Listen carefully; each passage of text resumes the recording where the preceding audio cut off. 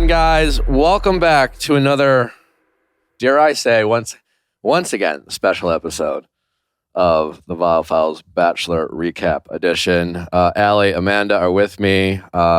Happy, if you're still listening to this on Monday, happy Valentine's Day. If it's hope your Valentine's Day was wonderful. If you were in love, and if you're hopefully you're in a relationship, you didn't break up. I feel like Valentine's Day is probably one of the more popular breakup days. Do you think? Yeah. Yeah, it's like how there's like a very high crime rate on Christmas. Oh my God. You know, like there's a lot of happiness, but there's also, because everyone's together, there's some problems. Yeah. When you force love on people, it doesn't always go the way you expect. You know, love me. Like, I don't know. Was it? It's like a good midterm, you know? Anyway, I hope it was great. We have Greg Grippo and Andrew. Actually, I don't even know. How do you pronounce your last? What's your last name? It's just Andrew S. Spencer. I have like the most basic last name. How do you pronounce it? Spencer. I guess I just didn't know it. No, it's so weird. But did people that happened to you a lot? Well, growing up, I was always called Spencer. So people didn't even know my first name. I was Spence. I was Spencer. And then now everyone just says Andrew and Andrew S. Andrew S. Yeah. Spence. It's kind of like a John B vibe. Come on, man. Is that sting a little bit, Greg? No. He's just such a clown. I can't with John B vibe. Andrew S. It's kind of cool. I like it. That's cool. Well, we're happy to have you. I got to we hung out this weekend. Yeah, we did a lot. It's a good time. I'm getting so excited about getting into the Bachelor recap. We have to let the people know. We have Taylor Tomlinson tomorrow. You will not want to miss that. It will be an excellent interview and pop culture conversation, along with a really amazing mediation call with Taylor Tomlinson. If you guys want a celebrity guest and myself to fix your relationship, if you broke up on Valentine's Day, email us and we'll help out. Or if you're on the verge of breaking up, we can. I think we might be able to help. I don't know. Tune in tomorrow for Taylor, and we have Clayton joining this episode. He'll be calling in. I think we're going to try to embed Clayton's answers in with our conversations, or we'll just play it slap it in the middle of this episode. But we got the bat phone call and said Clayton's available. It's like, okay, I guess we'll squeeze him in. So we'll find out if he is in fact lying about his apology and what's going on. Things like, does he regret being the Bachelor? Because honestly, he's been taken on the fucking chin. Anyways, hard-hitting questions coming.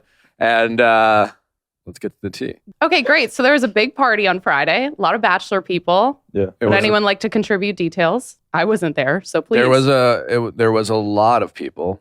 There was a lot. Yeah. Heidi Klum. We were watching Justin Bieber with Heidi Klum. I don't know if Heidi Klum realizes that she was watching with us, but needless to say, we were like right next to Heidi Klum. That's pretty cool. Kind of a big. Good job, guys. Is that a Bachelor person? Who's Heidi Klum? That's offensive. I'm so sorry. I have no idea. Is it a TV person? She's like a supermodel. Arguably the most supermodel of all supermodels. There's a Mount Rushmore of supermodels, and I think she's on it. Yeah. Project Runway. She was on Project Runway? She hosted Project Runway. Is that with Tyra Banks? You guys are in trouble. No, that's America's Next Top Model.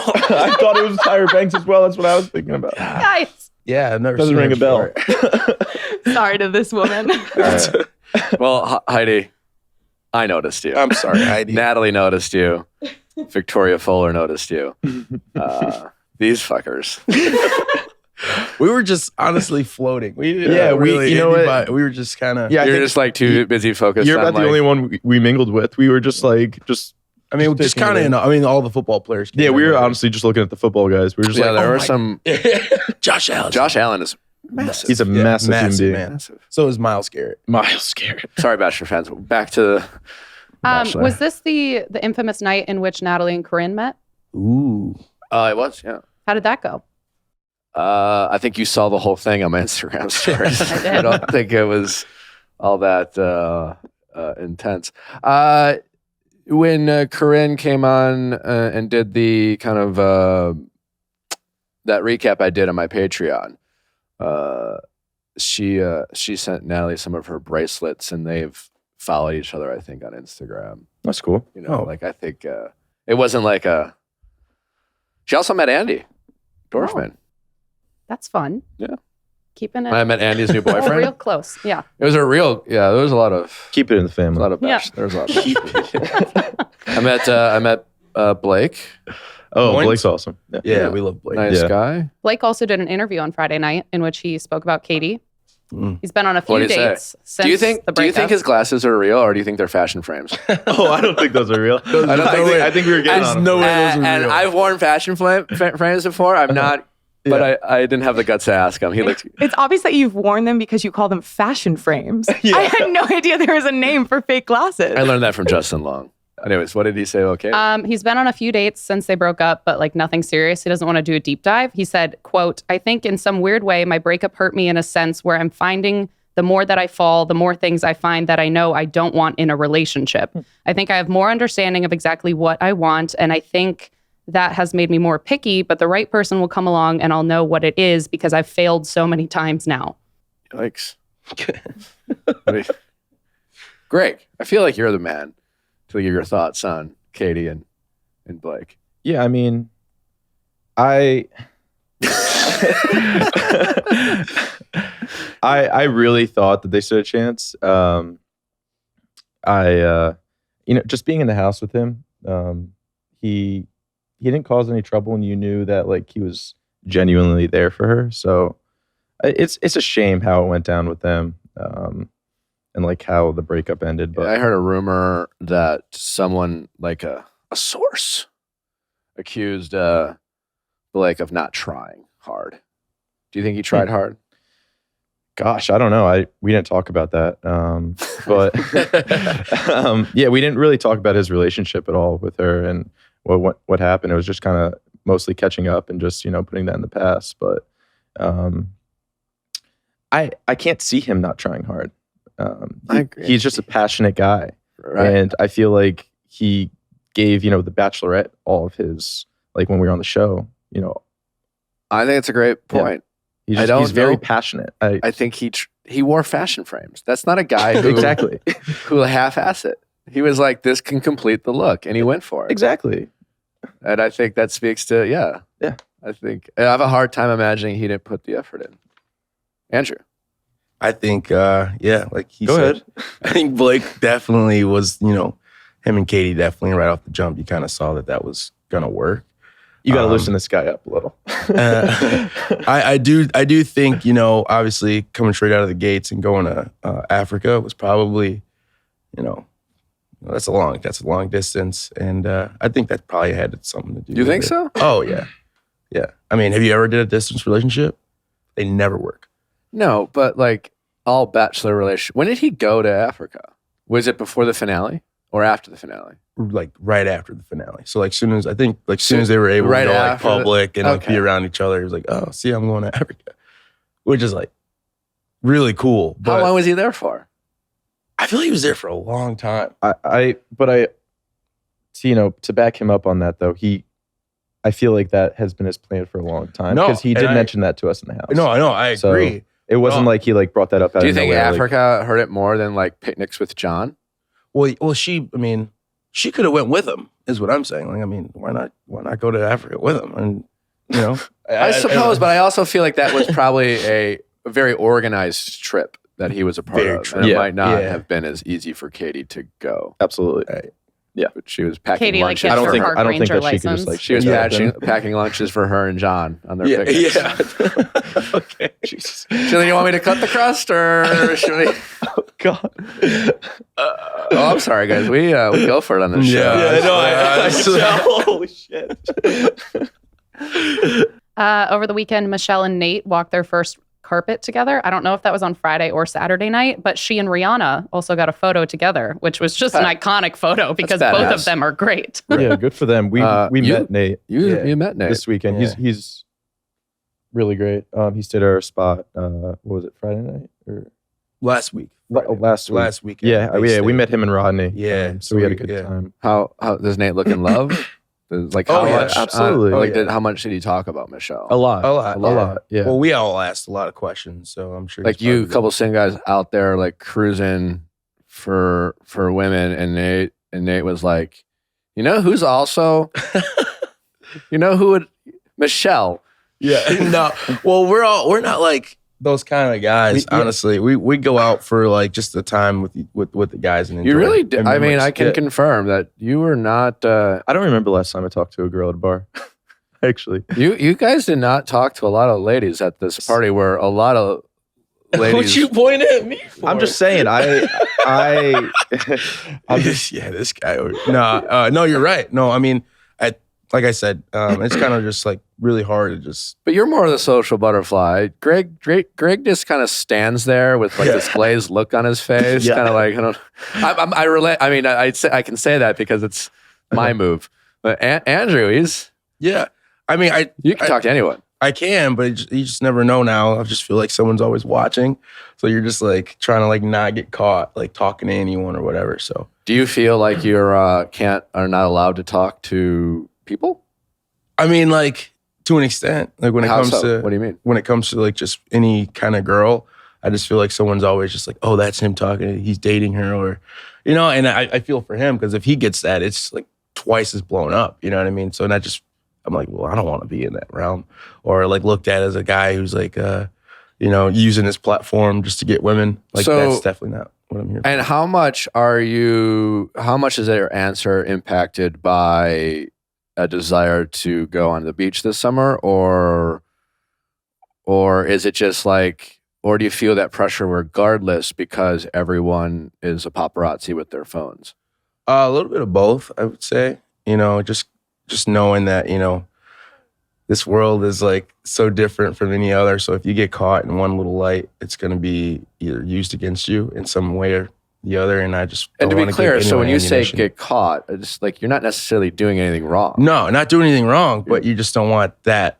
But No. like you're saying like you could be flirting with someone you're attracted to, and next thing you know, someone's like posting it on TikTok, and then like you accidentally like scratch your face, and it looks like you picked your nose, and then you're like Andrew, Spence is picking his nose while talking to ladies. Yeah, exactly. And I saw a photo. I think like Blake had his hand on like Kelly's back, or like right here, like when they were taking a drink, and I was like, okay, well, how do we know that what was going on? Like, they could just sure, be- and it was in a loud atmosphere. You kind of will lean in and put your hand back there, and that's not creepy at all. Exactly. It's kind of like you just kind of put it. You don't even touch. You just kind of like it's almost like so you don't trip. Yeah, like.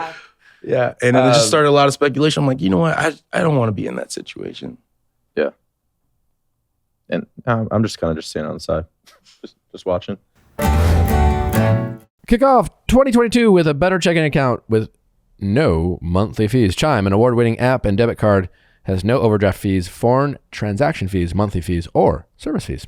With over 60,000 fee-free in-network ATMs at many locations like Walgreens, 7-Eleven, CVS, you can access your money when you need it, where you need it.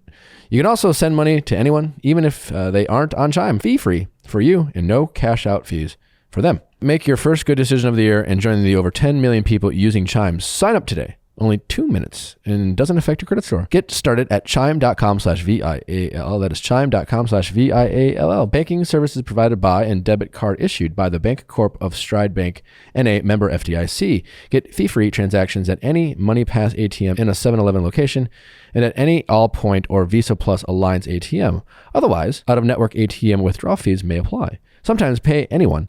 Instant transfer fees can be delayed. Recipient must use a valid debit card or be a Chime member to claim funds. What if you could use science to discover more about your body all year long? Give yourself more clarity and a better understanding of your health and wellness with Everlywell at home.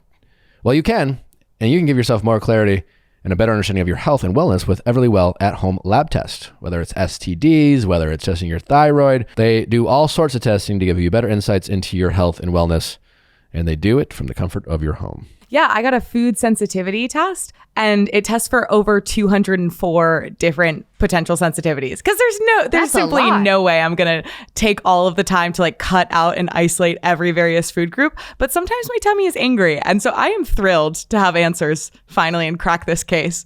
It wasn't until I was in college that I realized that STDs can go away and like be treated. I thought you just had them for the rest of your life. So I've never really like wanted to be tested in front of another human being because I didn't want to admit something like that. But now I can do it from the comfort Allie, of you're my not home. alone. There's a lot of people like you.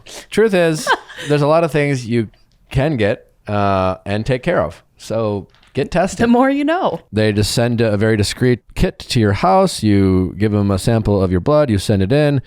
In just days, your physician-reviewed results and actionable insights are sent to your device, and you can share your results with your primary care physician to help you guide next steps if necessary. For our listeners of the show, Everlywell is offering a special discount of 20% off an at-home lab test at everlywell.com/VIALL. It's everlywell.com/VIALL for 20% off your at-home lab test. everlywell.com/VIALL.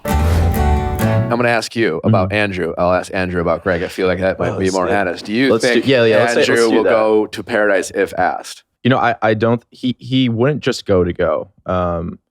If the right woman wasn't there for him, or if he wasn't genuinely interested in someone, I don't think that he would go. But talking to this guy, I know that he's interested in people.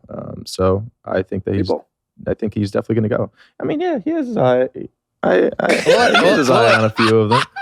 Can he say? Or I'll give you. you definitely have to say. You know what? Yeah, I don't think you told Nick. So You're allowed to have a crush, man. You gotta live a little bit. Okay. All right. Well, if you just can dropping my crushes on Valentine's Day. how about you guys? Because you know what, Nick knows us a little bit too well. If you guys could guess one person that Andrew's interested in, who do you guys think it is? I'm curious what they have to say, but I don't have a guess. Actually. Oh, okay. Eliza, because you guys both are international, Mr. and Mrs. Worldwide. Okay. That's And I don't know if Who? Eliza? Who? she's the one who's like has like the most radiant smile and lives in Berlin. And she took Clayton to do the mirror thing. She's so fun. Oh, on this season? Yeah. Yeah. Striking. Yeah, absolutely. Yeah. Yeah. I actually, when we were watching this episode, I was watching with actually Victoria and Natalie. Victoria stayed at the house this weekend. And I was just like, every once in a while, you're just reminded how just like she pops off the page. Mm-hmm. Yeah. So beautiful person. Yeah. What about Susie? I think Susie either wins or is the next bachelorette. Oh. I agree. Sorry. No, Sorry, Andrew. those are good answers. But, Those are actually really good answers. But who? Just spare us who do we got? Who's in your top three? Who's in my top three? Wow. And we're just a preference. Just people you would like to get to know. You're interested. Yeah. All right, You're not proposing. Okay, You're not- yeah. You're just like you're curious to learn more. That's not a crime. My top three. That Andrew's top three. Curious to Andrew learn ranks women. more about. Jesus. I would wait from Clayton season or just Anyone who might find themselves on a sandy beach. well, I would say my top three is probably Serene, Teddy, Susie, but and Bree Springs, but she's got a whole She got a man. she got man. So yeah, those are probably the ones that if they Serene go to the is beach, I would also probably pops go. off the page. Yeah, she's beautiful. Yeah. I'm playing a pretty. He's like, I'm not gonna say, but yeah. All right. I mean, those three. I would say Serene, Teddy more, because Okay. obviously Susie's probably. Well, I don't think Teddy wins, and I'm less convinced she'll ever be the Bachelorette than before. So I think Teddy or Serene. Yeah. And he's just interested in learning more. You haven't slid into any of their DMs. Oh. No, I haven't. But I have somehow ended up talking to them. It was just They slid into yours. Okay. it was At an event. like a mutual friend was like on the phone with them, and I just said, "Hey, how you doing?" Had like a short conversation. Okay. Yeah. They were together, Teddy and Serene, No, or two separate, a mutual friend. What is this, like a speed dating? I think we should normalize that, like adding 2 people to a group chat and being like, I think you guys should hook up, and then just leaving the group chat with them, you know? This mutual friend of producer? I've done that before. Really? Oh, yeah. Was it effective? That's really smart. You haven't done that with me. Why haven't you hooked me up, bro? You didn't need the help. I mean, my friend was out in Austin, and then one of my girlfriends was going to Austin. I was just like, hey, you know what's perfect? You guys should meet. And then they didn't meet, but I still did it. That's great. Andrew, do you think Greg will go on the beach if asked? You know, I think if the right one's there, I think he could definitely make it. I need a more of a, that's not an answer. Right now, I don't think he needs the beach. No one needs the beach. Do you think well, need not the beach? needs, but like, I don't think, I think he's good without it. But I don't know. He's kind of a mysterious guy. He kind of goes with the flow. Whatever happens, happens. But at this moment, I do not think he will go. At this moment, you don't think he'll go? No. Okay. If he were to go, Okay. who do you think he'd be interested in? I would say Rachel. And I would also Rachel say, from this season. Yeah. Who I also think wins. Wife. Yeah, Rachel. I think Rachel wins. Yeah, me too. I think she wins. Or Gabby. I could see Gabby because she's got a great personality. Gabby. They would fit. Do you see you and Gabby? No, I mean, I have no problem saying this. I don't see myself going to the beach right now. I'm actually seeing someone at the moment. So Is it? Ooh, spoiler alert. Does she live in Paris? she does, yeah. When you say seeing someone, are you in a committed relationship? Is it a situationship? What's going on? Bro just bought 3 dozen roses, by the way. You bought a rose for Valentine's Day. You gotta be kidding me. Oh, so Greg Grippo got a lady 3 dozen roses on Valentine's Day. That's sweet. That's Yeah. a great gesture. I mean, yeah, it's Valentine's. Dude's a romantic, man. He's a romantic. I mean, hey, you know what? I've been someone, I genuinely want to find someone, and I don't necessarily like dating around, as soon as I feel like I click with someone, I'd like to see where it goes. So, I mean, yeah, it's a little tough. Like you said, it's the whole Paris situation. So, but giving it my best shot at the moment. Say Paris. Is that how you? Hey. We want to go to. Natalie and I are trying to go to Paris this year, so Cool. maybe we'll get a chance to Double date. to Yeah. meet your girlfriend. Well, congratulations on this budding love. Appreciate it. Yeah. What else we got, Allie? Tasha is on daytime TV now. So Oh. she's just Oh, good for finding her. more Yeah, passions. she's a bright She light like as well. hosting? She went on The Good Dish, which is like a cooking recipe show, and she walked them through a Paloma recipe.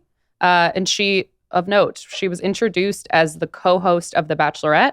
She was not introduced as the former Bachelorette or anything like that. So, interesting tidbit. Interesting. I still don't think she'll be back. As host, Once you have Jesse Palmer telling America, "Hey, if you're we're looking for people like you." I actually met him. I He's think it's really Jesse. cool. Yeah, Yeah. he's a nice guy. You know who else we met? Rachel Lindsay. We I love can't- Rachel I Lindsay. can't say enough good things Yeah. about her. Love her. She needs daytime Gem TV. of a human being. Yeah, she's like Gem. vibrant. Like I don't know, like she saw Greg, and I was like, oh, I got to introduce Greg, and I- acted like she knew him for No, like 10 years. It was great. People don't usually do that. I feel like, I feel like, especially someone of her stature, I feel like it's very easy Yeah. to, blow someone off or, not act like she made me feel like very important and she was very giving in that situation. Like the next day when we saw her, she introduced me right away to her friends. I was like, Jesus, I love this woman. She's Yeah, no, she's incredible. really, and she was having a good time. the like, nicest, dancing, the like, nicest person I've great met. vibes. Like love her. Like, Absolutely love her. 10 out of 10. Yes, of a human being, probably. She's great. Would Yeah. you give me like an 8, 7? You? Huh? Yeah. No, we love you. Oh, we love you, dude. What do you mean? Come on now. Making it about me. No, Rachel's great. She was. You know who I met at? I met Maggie, the pharmacist. she finally made it out of the river after her little paddle situation. Forgot about that.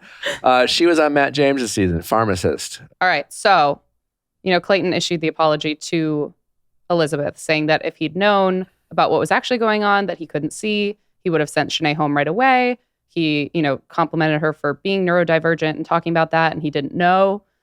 Lindsay W. was then sent home, I believe, the week after, and posted a TikTok that she had talked to Clayton about the whole And situation. Lindsay W. is the One of the One of the blondies. blondes. Okay.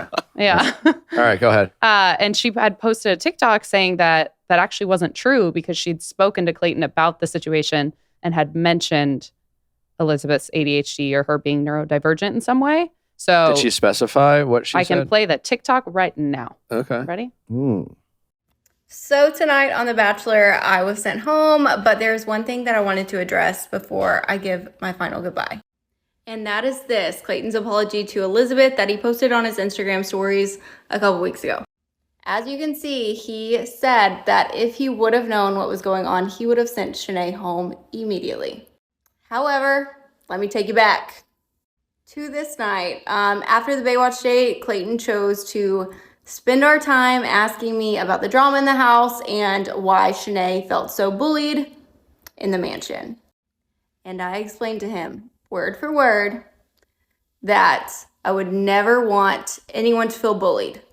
However, when someone is mocking and making fun of someone's mental disabilities, that's crossing the line. And I don't want to surround myself with people like that. So I'm not going to go out of my way to be their best friend. At the end of the day, everything happens for a reason and no hard feelings. We can cut it off after everything happens for a reason. Do you think Clayton's lying? Or does it matter? Or what do you think her intentions are? That's what I want to know. What do you think her motives are? I just, after hearing it, I really feel for Clayton. Just because, like, I mean, this process isn't easy. Mm-hmm. So, I mean, especially when like so many different people are in your ear at once, I can only imagine what that's like. And I don't know, sometimes you just want to give them the benefit of the doubt, you know? I mean, I feel like he's giving it his best shot right now. Right. Get your fit on with Fit On. Oh, yeah. Hey, the best part about Fit On, I'm going to tell you right now, they have so many classes that don't require weight. Whether you're traveling at home, maybe you're staying in a hotel, you're stuck, you know, you want to keep those steps on. Maybe it's winter. You don't want to go outside because it's cold. You don't even want to go to a gym. Well, with Fit On, you can choose over 1,000 easy-to-follow workouts for all fitness levels and follow a customized workout plan based on your fitness goals. They have HIIT, cardio, strength training, toning. You can stream it on your TV, your phone, your laptop. No equipment or gym membership required. No excuses. Take classes with world trainers including Casey Ho, Janet Jenkins, Caroline Pierce, or work out alongside celebrities like Gabrielle Union, Lindsey Vonn, Julianne Hough, and more. Wow, Fit On has 4.9 App Store rating and more than 3,500,000 five-star reviews. It's a great workout, and it's truly amazing how much you can do just with the right workout and with the right people to motivate you. You don't need expensive gym memberships, weights. You just need your body and some movements. That's all you need. To join over the 10 million people getting their Fit On, work out for free anytime, anywhere. Text FILES, that's files, to 64,000 to join Fit On for free. Text files to 64,000. That's FILES 64,000. Message and data rates may apply. Terms available at fitonapp.com/terms. What do you think Lindsay's motives are?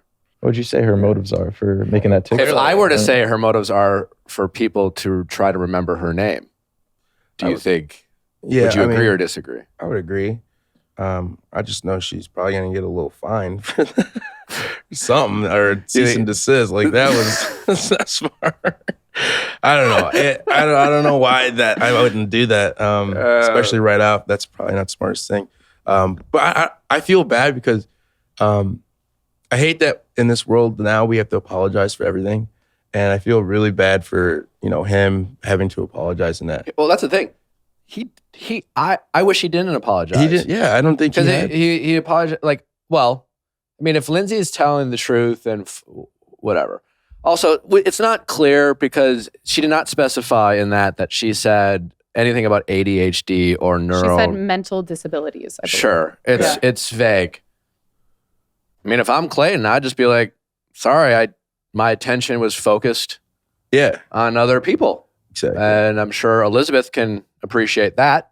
Yeah. Or if he goes to Elizabeth personally and be like, hey, I'm sorry about this. But I mean, it doesn't need to be it's just public. I mean, Clayton's taking one on the chin. I think the producers, you guys don't have to comment. Yeah.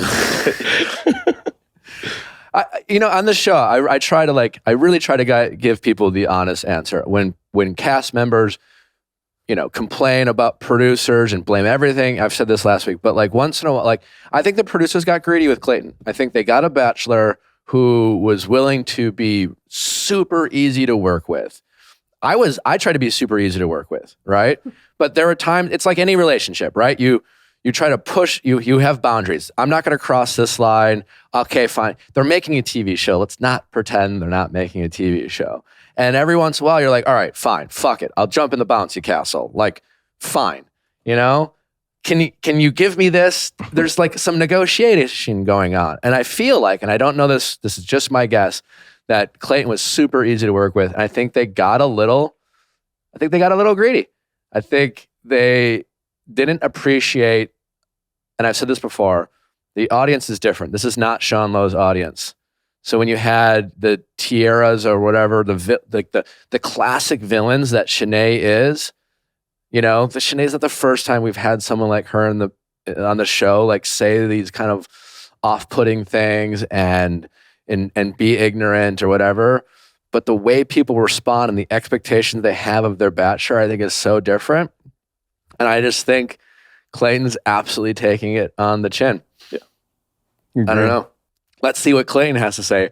Did Clayton lie in his apology? Yeah, it was frustrating to see that TikTok because, listen, here's the thing. I'm not a liar. I'm not trying to hide anything. As people will see going forward in the show, I stress transparency. And no matter how much I want to try to withhold something, that's just not in my character.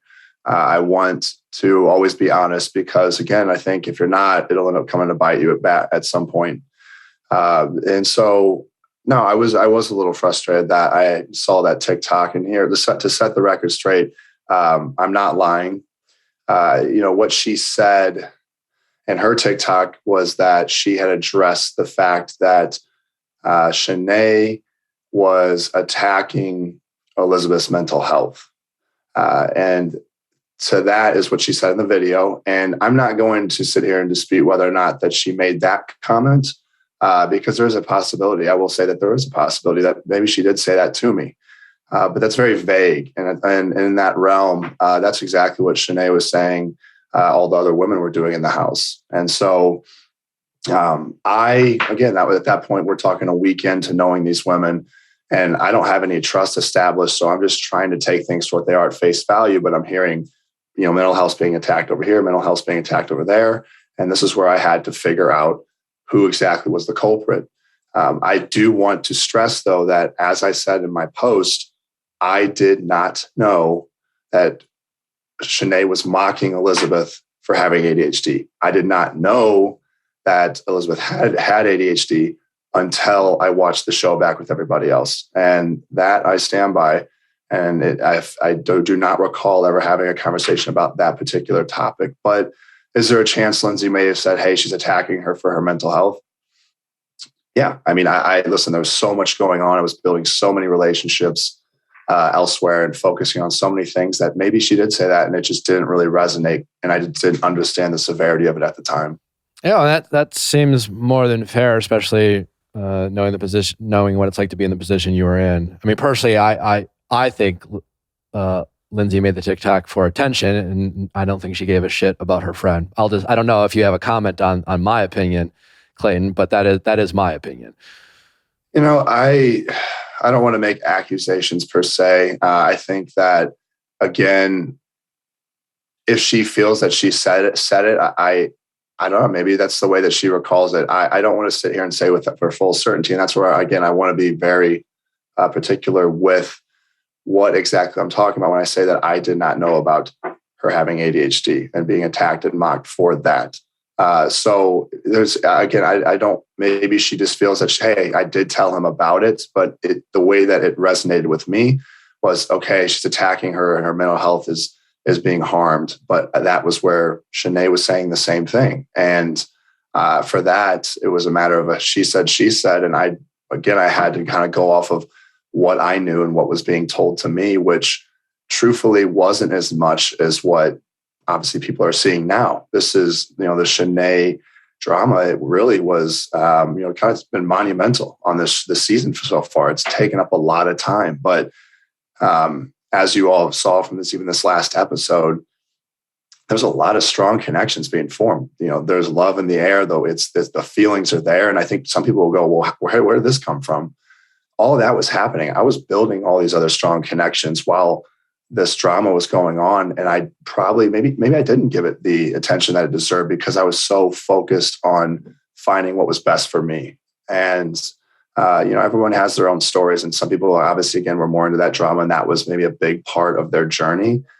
But I can tell you I was doing everything that I thought was best for myself. And that was, again, sometimes maybe I didn't focus so much on the drama because I didn't want to be in a negative mindset. I was trying to focus on establishing strong connections. I think people like to pile on right now. Well, I feel like there's a conversation about impact versus intention just in non-televised relationships, like how there can already be a disconnect. And then I think you add it in an environment where you can see every single tiny little micro bit of impact and people are talking about them and the ITMs, et cetera. So I feel like it's just right for holding people to a standard that is really, really atypical, even though it might look like it's a reasonable standard. Actually, all I think it is that Bachelor Nation is taking it out on Clayton, that it's not Andrew or Greg or Michael or Rodney or, some of the other fan favorites that, were more popular than Clayton was when Clayton was selected as the Bachelor. That's not Clayton's fault. And we were hard on him, and and every little thing they think he got wrong, they're just crucifying him. When he's helping us get a TV show, it's anyway. Should we get into the episode? We start off with a 2-on-1. Yeah. Bye, Shanae. We're happy to see you go. I'm tired of trying to, another bad episode for Shanae. Whatevs. I'm really curious what her motives were. Kind of like last week we discussed. How is she justifying it to herself? I still think she thinks she was being funny and got caught up in it, but I still don't get it. I agree. I don't think it was genuine, what she was doing. Because I haven't watched too much of the season. I think we watched the last 2 episodes. But to me, it didn't seem like she wanted. It seemed like the way you said, she got caught up in a role. That she was playing right from the beginning. I think she's delivering lines that she thought were going to be funny. Yeah, it's not a natural that's not an villain. Excuse. That's the worst part. What do you mean? She's not a natural villain. How so? It's not like Heath Ledger came out as the Joker, and then Jared Leto did that Joker. And it was just compared to Heath Ledger. Well, the Joker. Villain. No, you're comparing it to Jared Leto. Yes, exactly. Okay. So she's like the Jared Leto villain. It's you're trying to be that. You're not naturally the villain. Gotcha. Okay. So that's what it kind of feels like. It's forced. It doesn't feel very natural. It's okay, well, you're really trying to vie for this part. It's not very good. Her ITMs, by the river, obviously she was saying this shit in real time, so it's not like she went back. But yeah, it seems like she's being fed some things that she thinks are funny, and she thinks she's going to get a lot of screen time, which she was right about that. Yeah. The only thing I have to say about the 2-on-1 is we all know Genevieve got the rose. Shanae with her antics. I'm not saying I don't believe Genevieve. I'm just saying if someone came to me and said, "Hey, listen, Nally she's doing some shit. Mm-hmm. She's doing some shit.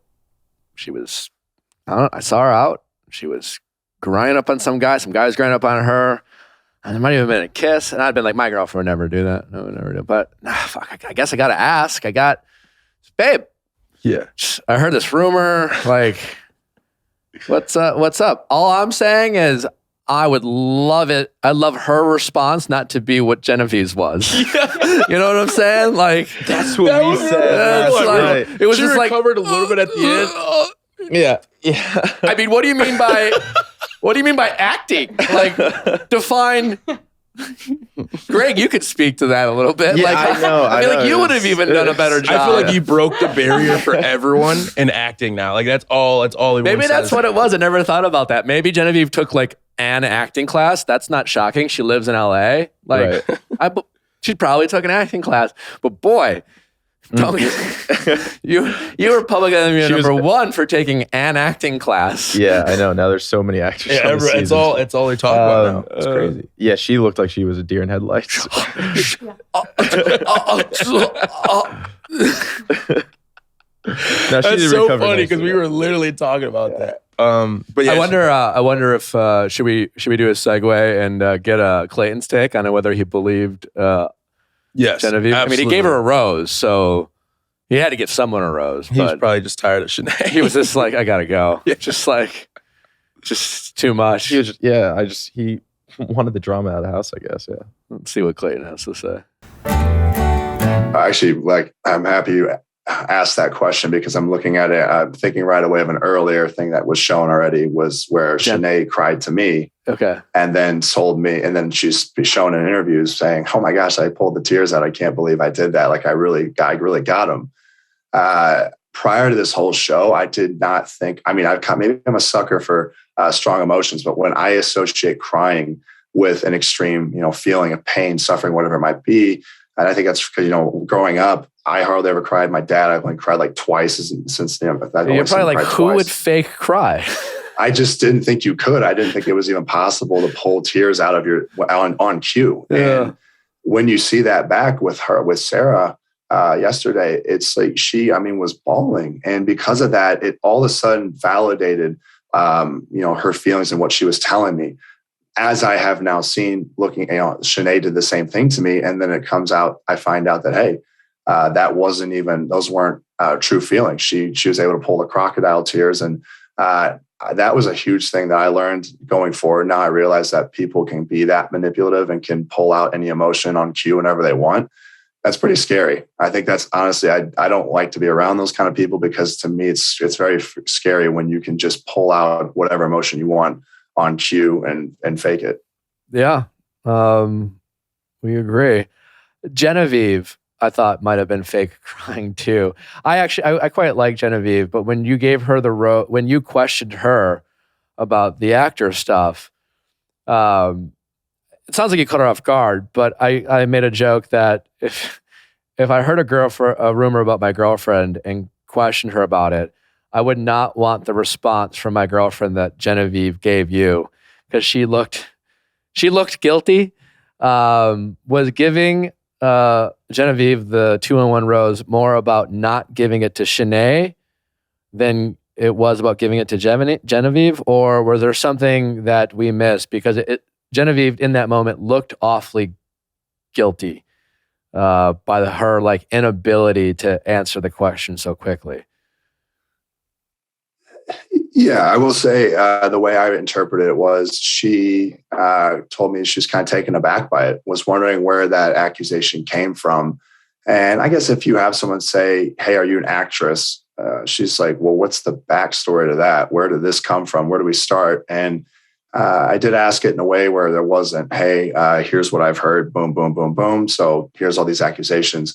Are you an actress?" And so I took it as she was just caught off guard and was like, where do I start? How do I even explain to him I'm not an actress? I'm not an actor. You can check IMDb or whatever. I'm not on there.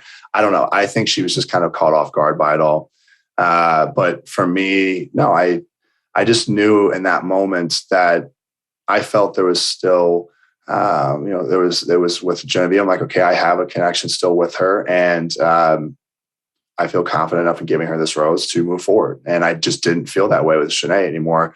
It was something where while we did have a connection, it just was getting to the point where it was becoming too much of a focal point and a distraction on my journey towards finding love. And because of that, I realized I go back to this. It's kind of a game of comparing, because you do in this crazy environment. But I said, hey, I have other stronger connections, and I'm just taking up too much of my time with this. And I just don't see her at this point being the one for me. So it's time to leave. Yeah, I don't know. It was a kind of an unclimactic 2-in-1, and that, sense. Like we did the classic leave behind of Shanae, right? Like, what do you have said? No, I just thought I thought Shanae had a real Hail Mary with the rumor stuff. Like I think if you feel like you're going down, that's You respect it. I don't respect it. I don't respect it. I disrespect it. What was the rumor? That she was an actor. Oh, I just think, I feel like that's the She's only like, thing you can I do. heard you were an actor and you came here to like. And she was like, I'm surprised she's even on the date. Like I thought she would. She said she wasn't going to go last night. Like she did like really say some wild out of pocket shit. But Genevieve did confirm that. She did say those things. So get you a little bit of a red flag at the same time. Maybe I forgot. What did Genevieve confirm? That she said that she like had a breakdown and she didn't want to be here or something like that. Okay. So her words were twisted by Shanae. Yeah. Yes. Okay. Seems it, yeah. Got my notes, man. Yeah. Ready to go. It's a tough, I really don't think Genevieve is lying. I'm just, because she probably got put on the spot, but that is not the response you want from a rumor Yeah. about someone you want to. It's like, and if she is pursuing acting, I hope she continues to work on it. Yeah. I do hope that she just not, just like, wow, babe, now I don't believe you. I also thought it was like super. He gives the rose to Genevieve, then he walks away with her, and I felt like he was walking as if he was just gonna like say goodbye to her and head back to Shanae, because he fully never said another word to Shanae, and then suddenly they're just on the rest of the date. Like Shanae's still on a park bench. You remind me of something. Thank you. And this is another thing where the producers are getting greedy with Clayton, because it's this thing that happens. Again, being the Bachelor is hard and the Bachelorette, but once in a while, the producers will have the Bachelor do shit that kind of makes them look, well, like a sociopath. Because in what world do you get into a fight of any kind or a disagreement or some sort of like, hey, can I ask you like a hard-hitting question? And they go, yeah, well, let me tell you what I think. And then mid-conversation calmly go, I'm gonna have to step out. Let me go think about that. And what fucking world does that ever happen in a relationship where the person, like, you just break mid-conversation and you just walk out of the room? And I'm not, I guess people, that only happens in a fight where you're just like, babe, I need time. I just need some time. And it's not like this calm kind of like, I just need to step away. And like, you don't whisper, hey, I'm gonna leave the room. Right. It doesn't match the action. It doesn't match. And like, it looks sociopathic to like, just like, who the fuck does that? Clayton does that all the time. Just staring in the middle of nowhere. Like in the middle of this, like, well, I really am here for you. Okay, let me go step away. It's like when you're a kid and like your friend's like, you want to sleep over? And you're like, I have to ask my parents first. Yeah. Like, exactly. And I just, every time, I get it for dramatic effect. They step away. I get it. But like, they're getting a little carried away with Clayton. Contemplations. And these contemplations, and they're getting a unreal. little greedy. And it just makes these guys look kind of like, you kind of ask, like, what the fuck? Yeah. Like they lack these interpersonal skills to like deal with like an issue, and I'm here to say it's just not on Clayton. Just gonna step away. Let me go think about it for a second. All right, I'm back. Anyways, I thought about it, and here's a rose. Like, it's such a weird fucking thing that they do. He did it a couple times. Yes. That happened with Sarah. That's what I'm saying. That's why, but it happened with Genevieve. It happened again with Sarah. We'll get into that for sure. But like, such a random fucking thing that makes their bachelors look fucking crazy. Right. Yeah. Unstable almost. Like, Yeah. oh, I can't be in this situation. It's like, what are you going to do? like, could you imagine being in a fight? Or even a conversation with your partner and they're just like, just gonna go for a walk. Just step away. It's probably for the best, honestly. I should probably. I'm a big advocate. If you are in a disagreement, even Darlene, my therapist, after like 10 minutes, like, hey, take a pause. Yeah. But like, that comes with a level of intensity of like, you're just like, hey, babe, I'm going to step outside. We're just butting heads. No, they're like having a talk and very calm. Just whispers it. Anyway, Genevieve gets the Rose, Genevieve looks like at any moment she might pass out.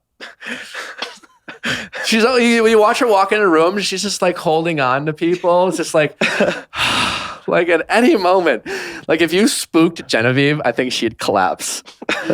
Be like, ah! She just looks like at any moment she's like, who was it when the date card came on? That's some good acting. It was the young woman we were talking the lady we were talking about that Andrew Eliza, yes. When there was a knock on the door, and she goes, ah! That startled me. Can you guys confirm, knowing how this shit works, that was some good performance. It was either good performance or she's like that anxious about, like, I don't know. I mean, sometimes the knocks kind of threw me off. Oh, they did. Oh, they were so loud and random. Yeah. But you were like sitting there. Oh, they have us sitting there all day. That's true. Okay, maybe not. Maybe I'm wrong. Maybe I've been out of the loop for a while. So He's defending his girl. Okay. I don't know if anybody... He's like, baby, this fucking podcast guy came after you, and I fucking took him down. I don't know if anybody else. My favorite part of the episode was after the 2-on-1, and the woman walks in to pick out the luggage, and she does this mean stance in front of the She's suitcase. like sitting there, which suitcase you guys see that? And she like she leans back and forth, and she tapped her finger on her thigh, like pink, white. Pink, white. But Which one was Shanae? That hip was popped it was as well. So, I was like, get this woman an IMDb page. She deserves it. And then the champagne bottles after this? Yeah. Oh, Gabby drinks 2 at one time. Do you know what I'm going to say? Do you know what I'm going to ask? Well, I think you're going to say, like, was it a bad look, or was it like in line with bullying or isolating Shanae? When they called great her, which everyone celebrated. No, he's going to talk about how the toast was to herpes. Yeah. They refer to her as the herpes outbreak that is now gone. That's some bullshit. Anyone who said that, I don't know who said that. You're a low character person. Yeah. I don't remember who said that, but I'm just going to say it. That's wild. Say. Yeah. This is a bullshit. I don't care what Shanae did. I mean, like, that is bullying. That is Mean Girls. That's bullshit. And it was a low character moment. I know that much. I mean, I don't want to define their whole existence, I suppose. I'll take that they're a low character person. But it was a low character moment for them. And that's all I got to say about that. What else? What else we got? Then what happened? Next, it was rose ceremony. So Marlena and Hunter went home. Which one's Marlene? Hunter. She had the rose. She's the Olympian. Gotcha. Yeah. Unfortunately, apparently, Clayton did not connect on the fact that they were both athletes. Last week, she was like, Clayton, I'm an athlete. You're an athlete. Clayton was like, no, it's okay. I'm sorry. Hunter, unproblematic Blondie. queen. Yeah. What we have set up it's Mara, right? Yes. Because I was calling her. I wrote that down. Natural villain. She's a natural villain. I think her story just kind of blossomed. So And I'm like, okay, I like that. Natural villain in the sense that, like, she is a character pulled out of society. Yeah. And that's really who she is. Yeah. You know what I mean? So I'm like, okay, I get why she's a villain. Shanae was kind of just being a villain just to be one. You know what I mean? Like, this is Mara. This is who she is. It's a great take. You know what I mean? So I was like, wow, this is great. This is good TV. She already bratted on Sarah. Like, this is what a villain is supposed to have. This is an origin story. Do we have? I have both empathy. I do feel like if there's anything good that comes out of us recapping The Bachelor, I do think I have gotten better as a person, empathizing with people, because we're constantly talking about both sides, right? We're, obviously the Ask Nicks help to listen to people's story, but I have both criticism, a lot of criticism for Mara, but I do have empathy for, like, you see her true desire to find love. Like, Right, I think she's going about it in a terrible way, and she's projecting a lot of toxic emotions. Mm-hmm.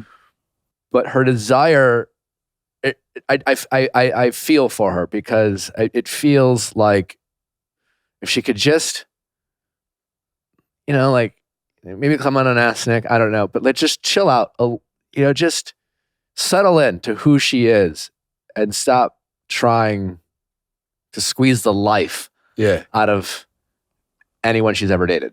Yeah. But the best part is it feels real. Like, sometimes with Shanae, it kind of like, for some reason, gives us a bad look. I don't know why, like people in the Bachelor world. Because that just seems like when you say you think the show, the producer. It gives the show a bad. I agree. I feel like when you have people that are just naturally themselves, and it makes the show look more authentic. Like with people like Shanae, I just feel like it's ruining. Because I feel like I do love the Bachelor like process. I think it works. I think some people who take it seriously, I think definitely it would blossom for them.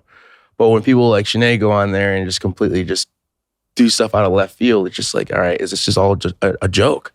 Yeah, Shanae acts like a Sacha Baron Cohen character, like constantly. It's like, who implanted you? And like, that's not the case. Like, I don't know any like implanted actors. She's not planted. No, what she is. Yeah, it's, you guys know how it is. Like, exactly. You've been there. Like, no one's an actor, but people definitely try to act. Yes. You go in that world and you see people like, you have observed your peers.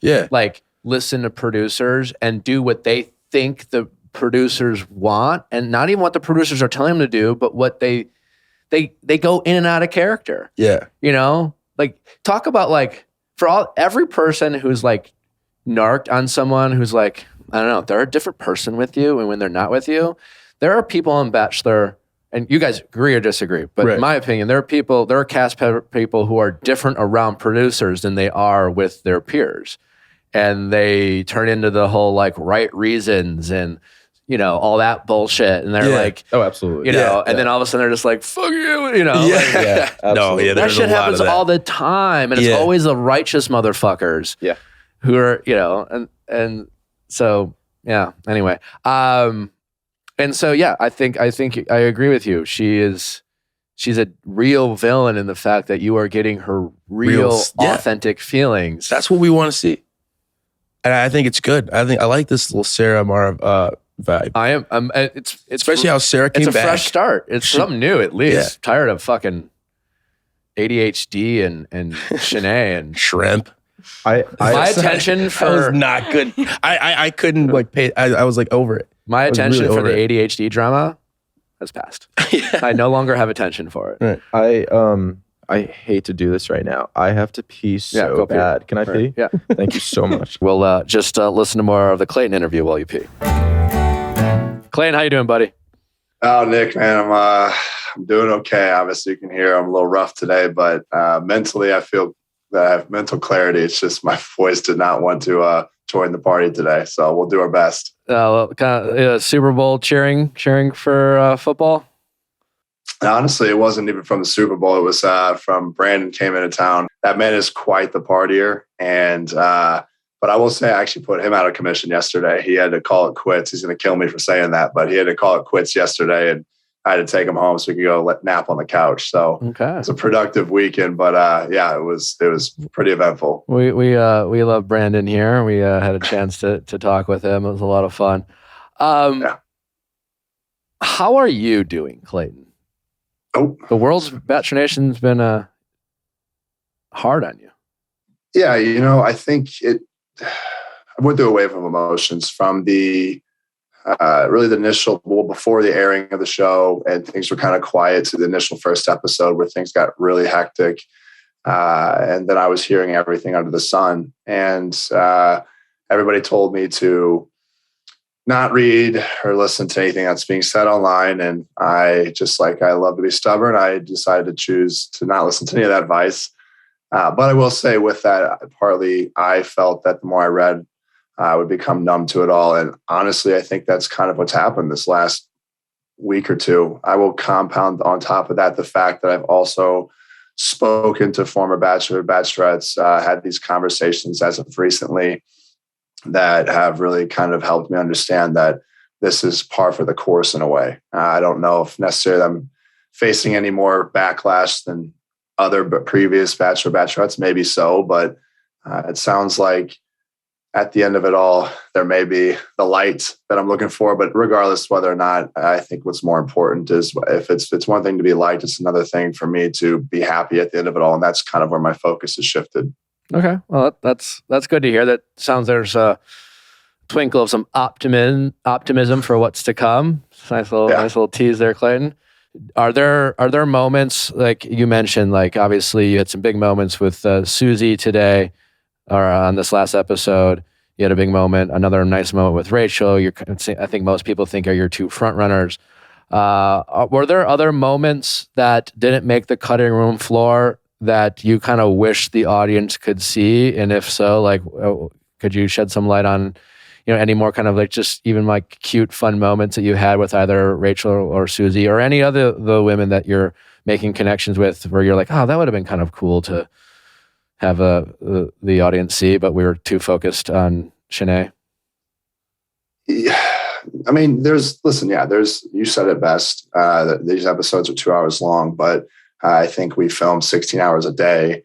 And each episode encapsulates something that happens in a week or a week and a half. So there's so much that doesn't make the cut just because of time constraints. I thought there was a lot of interactions that were fun. That I know just from this past episode, Teddy and I had a really great time at a picnic that we had during the day.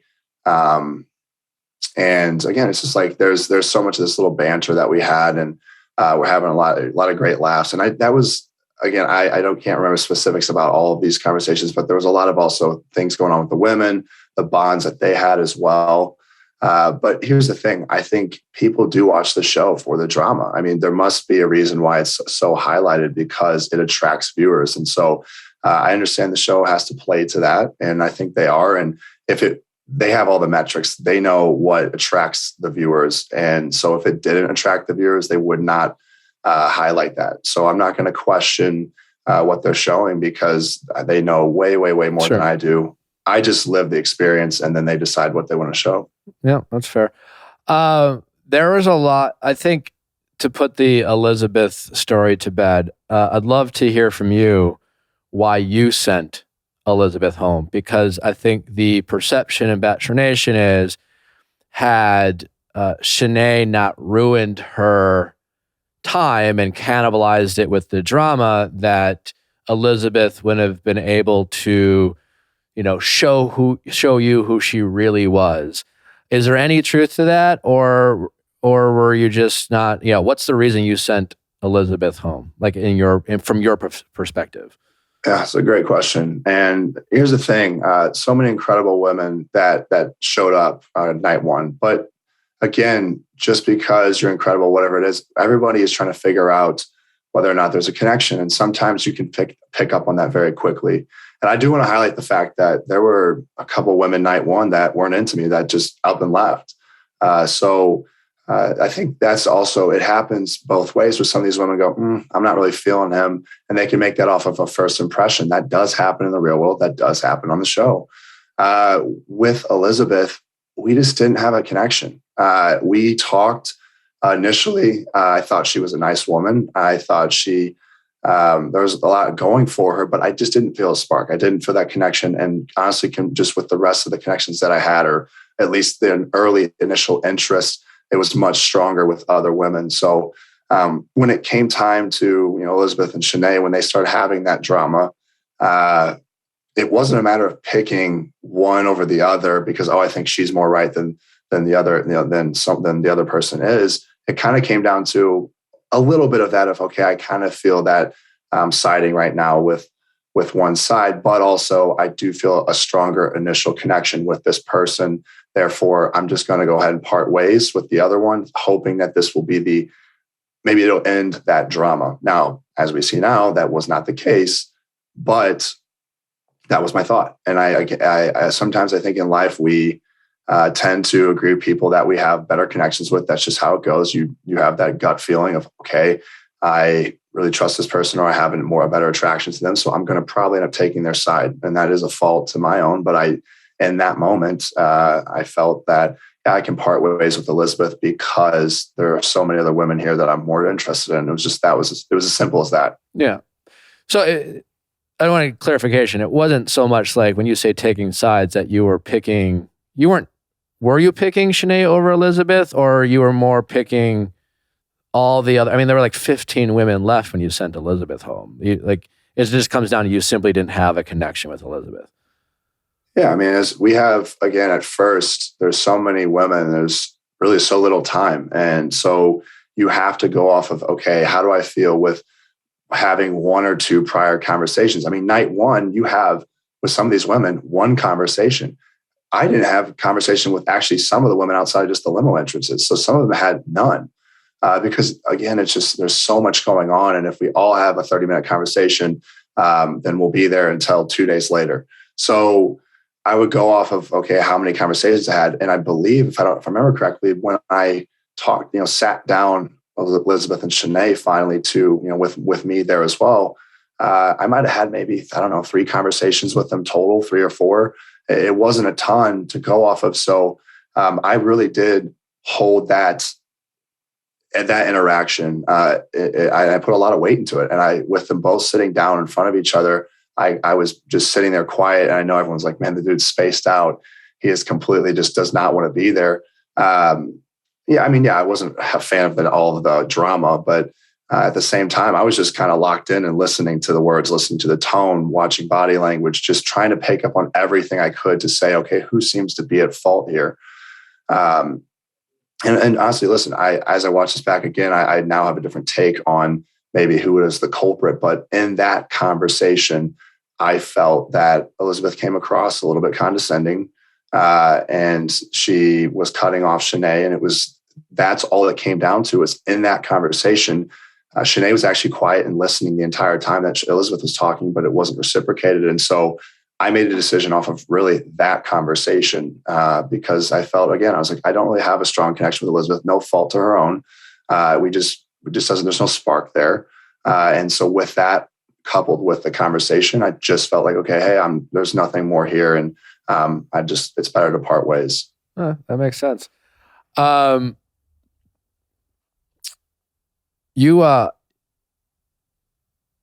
the rumors that you've been told by the women, it seems like you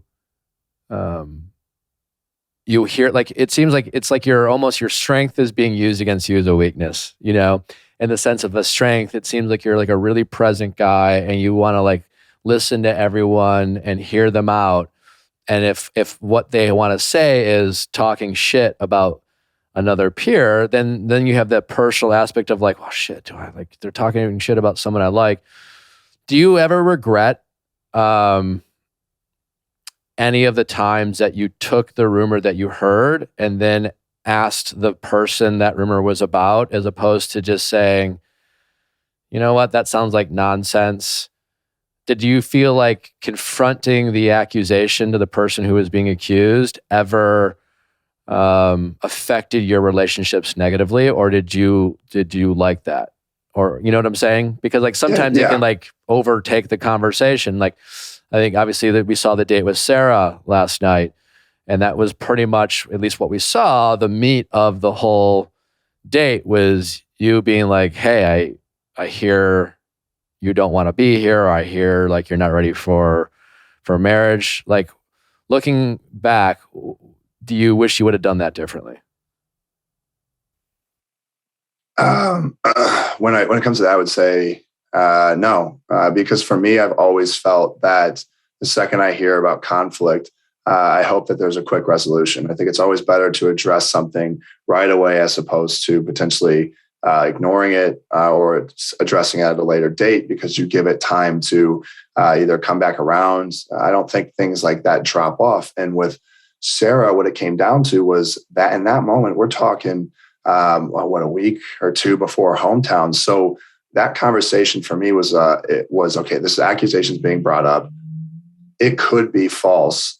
And if it's false, then after we have this conversation, I will drop it and I won't think anything more of it. And that's what you saw, was we had the talk.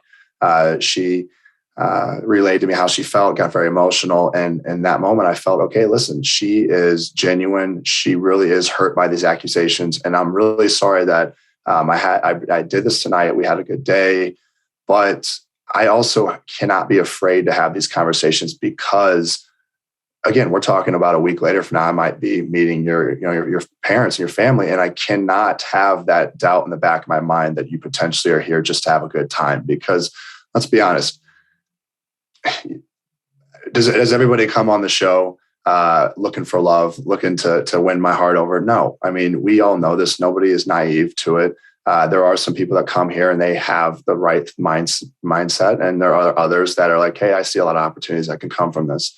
I'm not naive to that. I'm aware of it. Therefore, those accusations, everyone says here for the wrong reasons. And it's like, oh my gosh, why do we always bring this up? Well, because that is a concern. If you're in my shoes and you're looking to actually settle down, you don't want to hear even those words muttered, because the second you do, it's just a whole set of red flags that go off. Yeah. With all the stuff that's come out with Shanae, and you've talked to, and you've been very kind of vocal about all the things that you've learned about what Shanae has done and her antics and things like that. There's been a lot of talk about tell-all, and certainly Elizabeth sounding off on her social about like what her plans for tell-all. And we always hear about like the questions like all your exes may or may not have for you. But do you have any questions for Shanae regarding like her behavior or what seems to be like the fake crying? Or are you just over it? I only have one big question. It's just, are you sorry? That's really it. Because if she says yes, I know she did a lot, but if she's genuine in her response and says, hey, looking back at it, I kind of was just blinded by the experience or whatever it is, and maybe just took it way too far. I'm somebody who is willing to give people second chances if I feel that it's genuine. That's all I want to know. If she says, no, I'm not sorry, I stand my ground, everything I stand by, then again, there's nothing more to be said there on that realm, because to me, it's a lost cause. And okay, that's how you feel. I disagree with you. And I don't really need to hear anything else about why you did it if you don't feel apologetic. So it's that simple for me. I think it's one question. Because if she says, no, I'm not sorry, I don't feel that I need to have a discussion any further. I think that speaks louder than anything else at that point, is if she's willing to back all that up. And I hope that she has time to reflect, as we all have, and takes a look at her actions and maybe sees areas where she could have done things differently. And again, I think this is a learning experience. I've learned so much. I by no means was perfect, and people will continue to see that going forward. All the mistakes that I made, which there were plenty. But I think if we all sit here and say, hey, I did this following my heart, I did what I thought was best, I think we can give people some grace and understand that sometimes these moments become very big in general. But when you're in front of a camera and all that as well, maybe you're driven to do some things that you wouldn't typically do had you not have the pressure to be in the environment that you're in. So I'm willing to give her some grace, but I only have that one question, and I just want to know whether or not she's sorry. That's fair. Is there anyone else in the house that you've been surprised by their edit? And like you're seeing a different version of them, or like Shanae, or like someone that we might see a different version of. Well, actually, you haven't seen it in any future episodes either. So, I think I know basically everything that I've seen so far on the show. Again, a lot of it's been heavily focused on the drama. So that's all been eye-opening. But as far as seeing a different side to somebody, whether or not they're goofy or whatever character trait they might have, a lot of that, I haven't seen anything that's surprised me. I think that the surprise won't come on my end. It's going to come on a lot of, I think, other people's ends, the viewers' ends that are now watching this all for the first time and don't have my experience on my side of it, that are going to say, well, holy, crap, these connections are way stronger. Where like it went from just week one to boom, this, and all of a sudden now there's all these crazy connections. Yeah, because there was a lot happening in those weeks building up. I say this, I know, yes, I'm kind of like the kissing bandit as far as it's like what people, they show me kissing all the time, but I think physical intimacy and all that is important. And that's something where you have to have that, that there for a relationship to work long term. And I try to tell people, if you see me kissing them, it's not like I just walked in a room and we just start making out. Like, you have to establish that connection, and these women felt safe and they felt that we had incredible conversations. A lot of those like kisses, what preceded it was 30 minutes of conversation. So that was also built up over time. And now I think people are going to start seeing, like last night, like, whoa, these are some strong connections. Where did they come from? Well, while all that drama was happening, there was a whole other romantic side happening, building these relationships that was also going on that, again, they couldn't highlight because they have a job. They can only show so much in 2 hours. Yeah, totally. I know you've kind of like put a silver lining on it, but I've been hard on you in the past. Bachelor Nation has. Like, has there been any point in this season where you even had the thought of regretting saying yes to be the Bachelor? Oh yeah. I think like the first 3 weeks of the show airing, yeah, I definitely thought that because you just don't know what to expect going into it. But having no frame of reference, not really watching prior shows, I went straight from Michelle's season to jumping into my own. So I didn't have that time in between to really reach out to Bachelor, Bachelorettes, ask them these questions that I'm asking that I'm like, oh, wait, so this isn't that out of the norm. You received some hate too, but now people seem to have come around and liked you.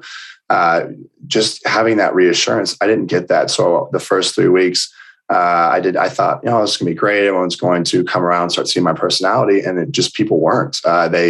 It seemed like as if no matter what they showed, even when they showed my personality, showed me being goofy, people would say, he has no personality. And it's like, what more do you want to see? And I'm showing you this on social media, and yet you still are just wanting to find something to be mad at me about.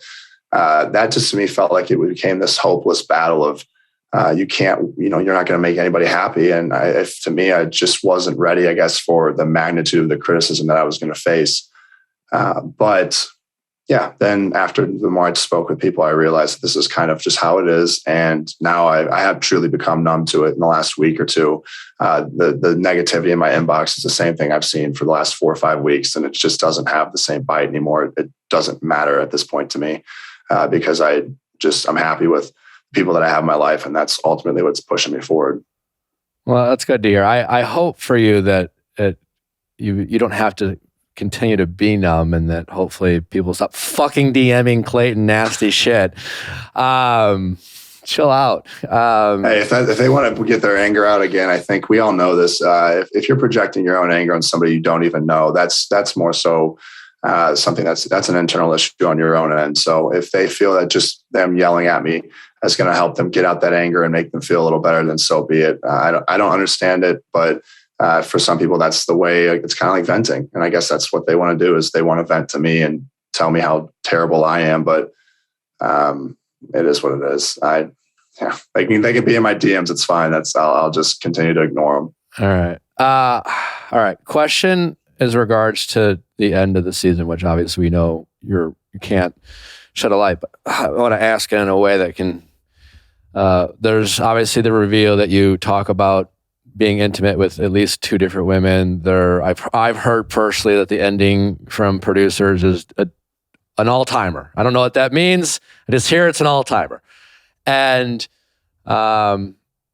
usually when there's this all-time drama, like, it's going to be intense, and Bachelor Nation will have a very intense feeling towards it. So whether that's towards you or one of the women or multiple women, what is a relatable experience that, in terms of like, hey, before these starts airing, just consider you being in a situation where that you would want, they might want some grace too, because it seems like things might get a little cloudier before they get clearer when it comes to your personal love story.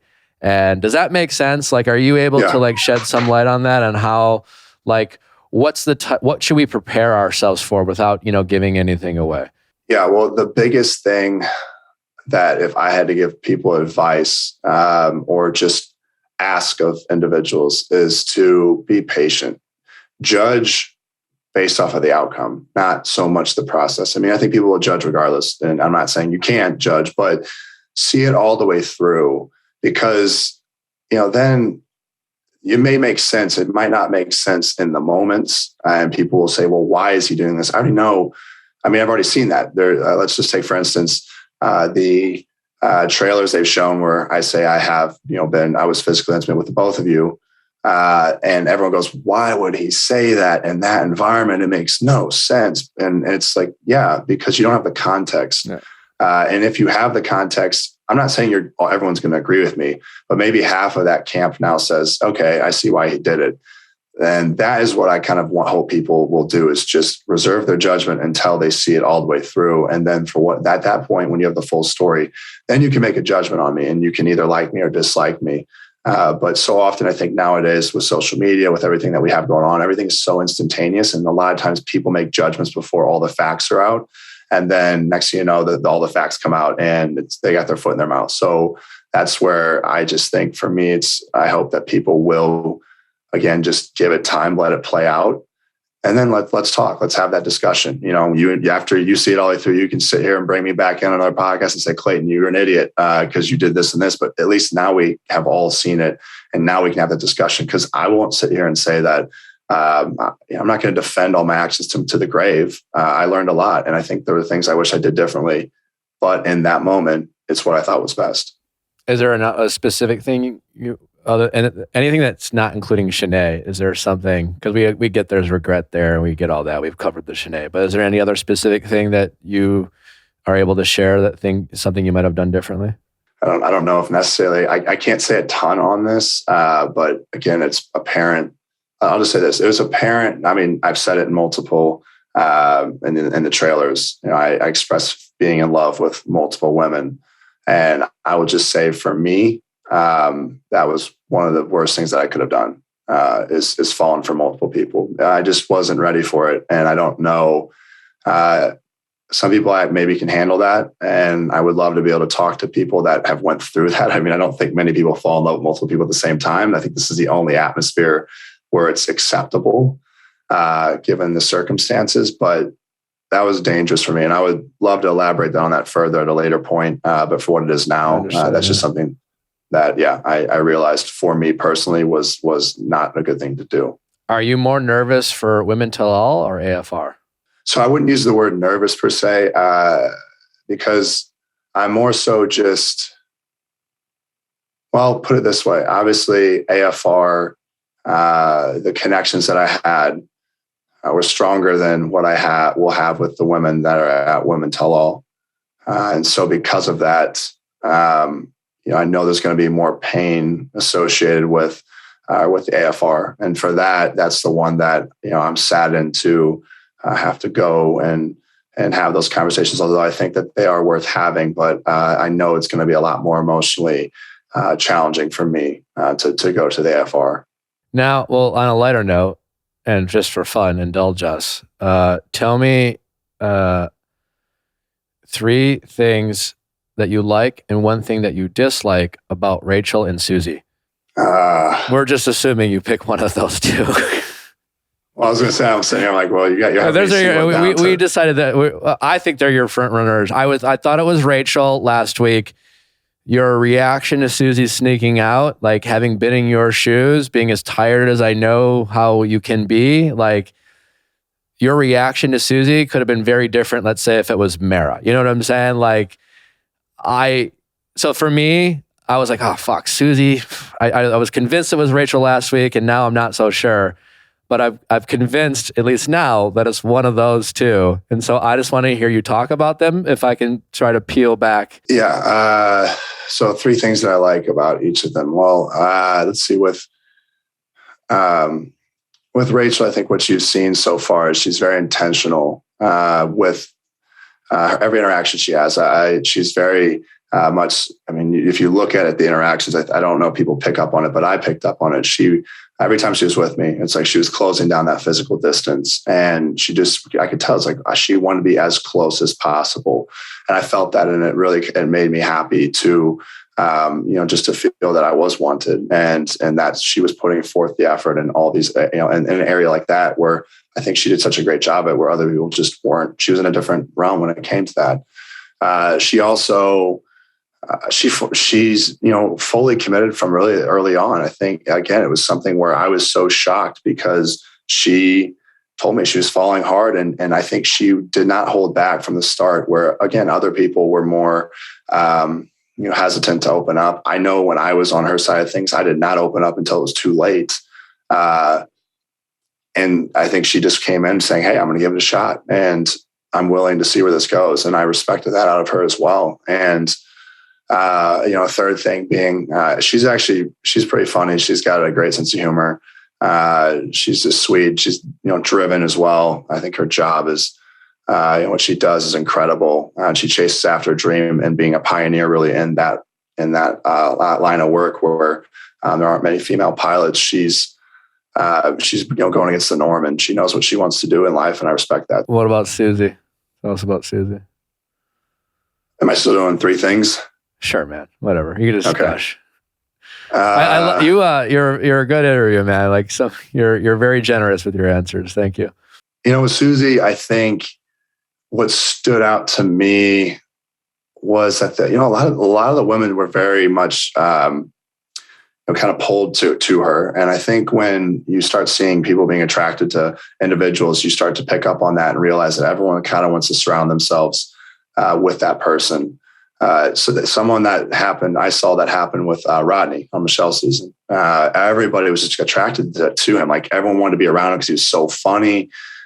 He just was a good, positive vibe. And every time you're around him, you're laughing. And it made just that being in that same room so much more enjoyable.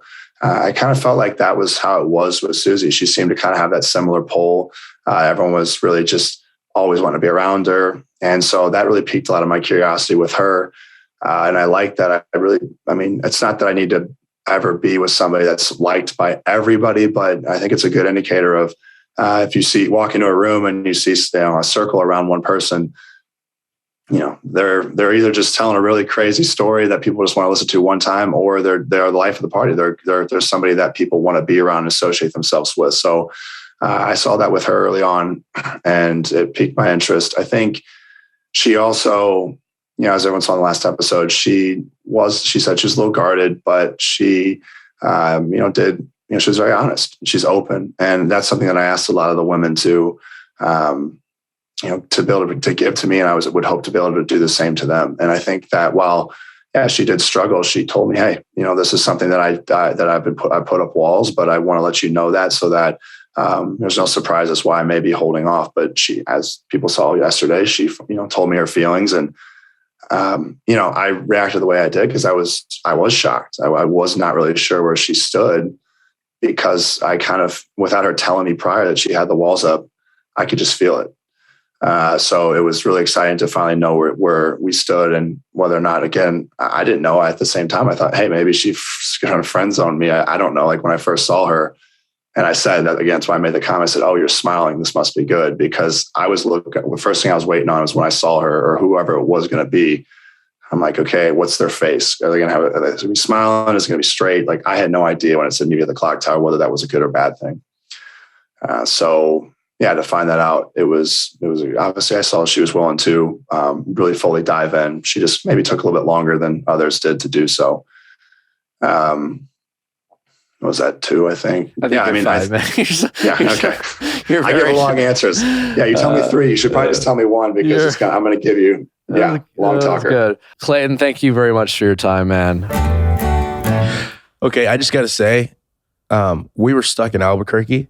Yeah. So just keep that in mind.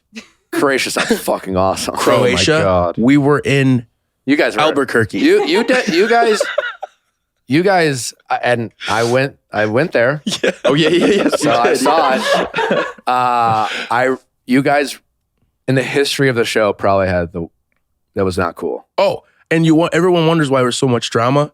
We were in quarantine together. There. We were in quarantine. We had to see each other every second of the day, and you couldn't leave one room. And we saw the same mountain every single day. The same mountain.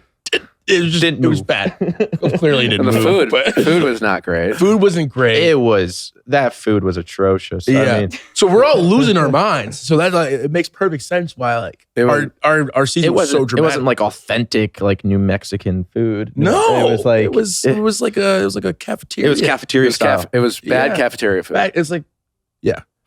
Same. We were just pouring barbecue sauce every single day on our stuff, just pouring it on, just because there was no taste. Oh man.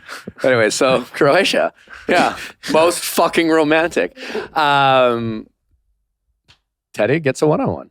I was happy that Teddy got it, because she hasn't gotten a 1-on-1, right? Yeah. Wait, Yeah. I was before she got the 1-on-1. I was like, holy shit. Oh, she's the one with the first impression rose. Yeah. Yeah. So I was happy for her. Yeah, I was a little worried that Amanda has suspected that she might fall off the cliff, and I was worried that she might too. I was wondering where was her like screen time.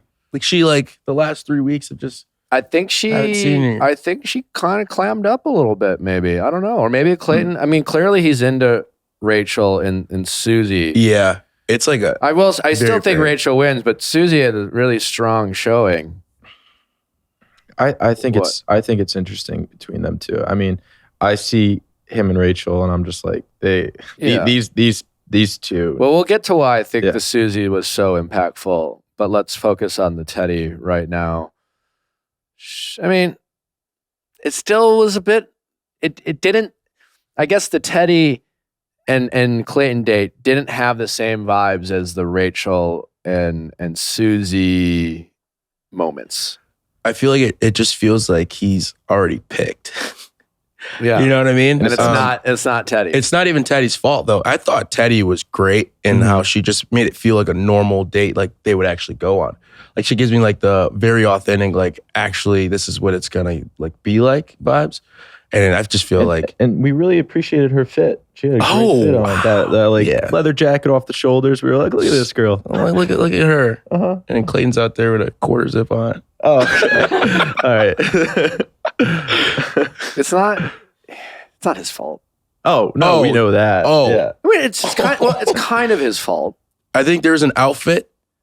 I think it was the group date one.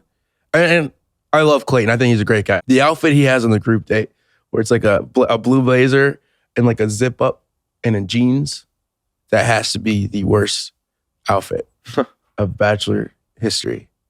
I don't know. You should look up my fantasy suite date on Andy's season. It's not good. It's brutal. I'm gonna look it up now. I'm gonna have to hit Clayton. I'm gonna be like, yo, bro, love you, man. That wasn't it though. Ever. While I'm in a freaking Uncle Phil sweater right now. I have a question, which is that do you think like when do you think men get access to like fashion and like cultivating their own sense of style? Like, do you think that's something that like a lot of guys can do now? Yeah, I mean, In the world or in Bachelor Nation? Both. Different. Well, like I mean, Matt James tore. Matt James, I mean, unbelievable. Yeah. he looked great, but also like to your point, he knew what worked and he stuck with it. Right.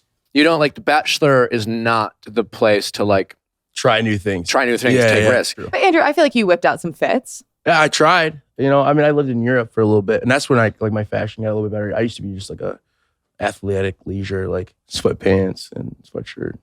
But so I totally get it. Like for him, I just these girls are just going all out, and he's got like a jeans and a blazer and a hoodie on. Someday I was like, dang man, I feel bad for these girls. Don't hate on the hoodie blazer combo. Hoodie blazer's fire. I I think The Bachelor ruined their hoodie blazer combo. Yeah, but yeah, it's just. I mean, I don't know.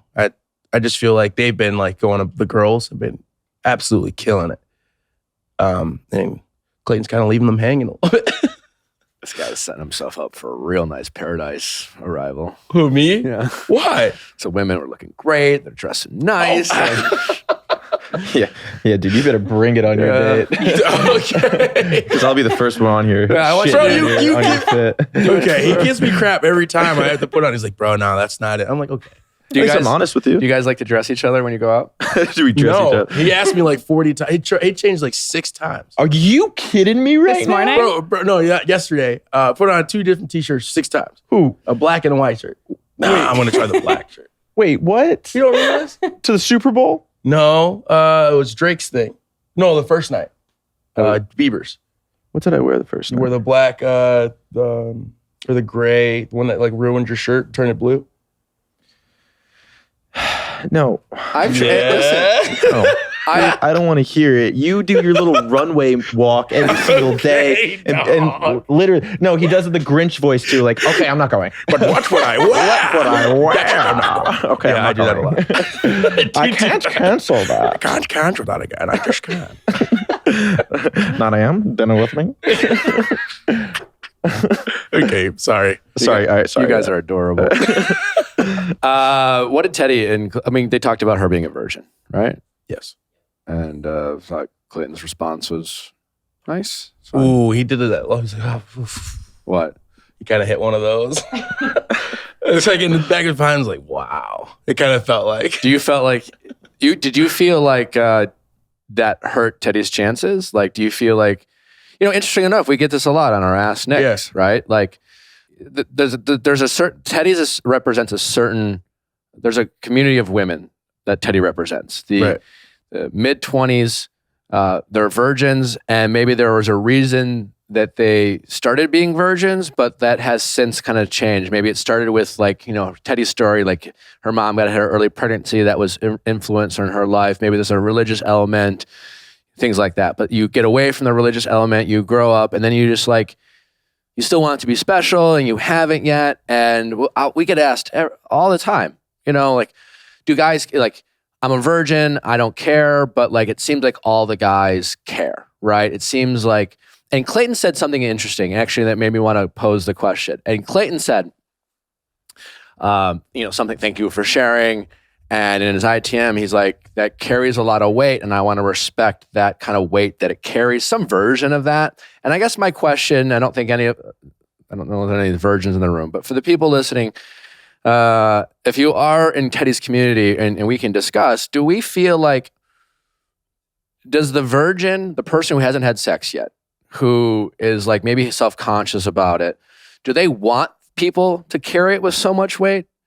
Or do they just want to like be normal? Just be like, yeah, okay, cool, you're a virgin, like whatever, maybe I'll be your person or not. Because people are like, well, why do people think it's a big deal? My response always to these people is like, I don't know you, but chances are you are carrying it with you and you're talking about it and you're like, by the way, I'm a virgin, and God, it's The Bachelor, so like Teddy has to talk about it. Like Teddy doesn't strike me as someone who's bringing this up like on first dates all the time. I appreciated how she voiced it though. Yeah. But I'm curious about like Clayton's response. And I think Clayton's response was fine in terms of I'm not critical of it.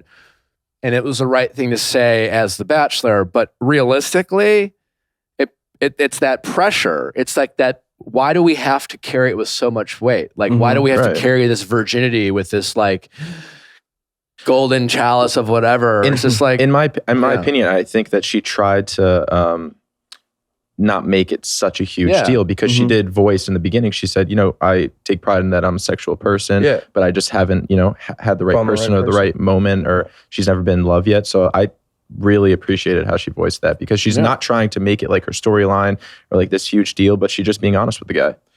And then our best friend is a virgin, like, right? Yeah, we hang Mike, out but that's for a totally different reason. But he like doesn't, it doesn't strike you as that kind of guy. You don't even talk about it. But it's a great point. It's interesting talking to you about it. He does carry a lot of weight for that. But like, if you like have conversation, you would never noticed if he wasn't on the show and he had to talk about it. Well, interesting enough, because that's his choice. Yeah. Right? So like, he's fine with that choice. It's part of him.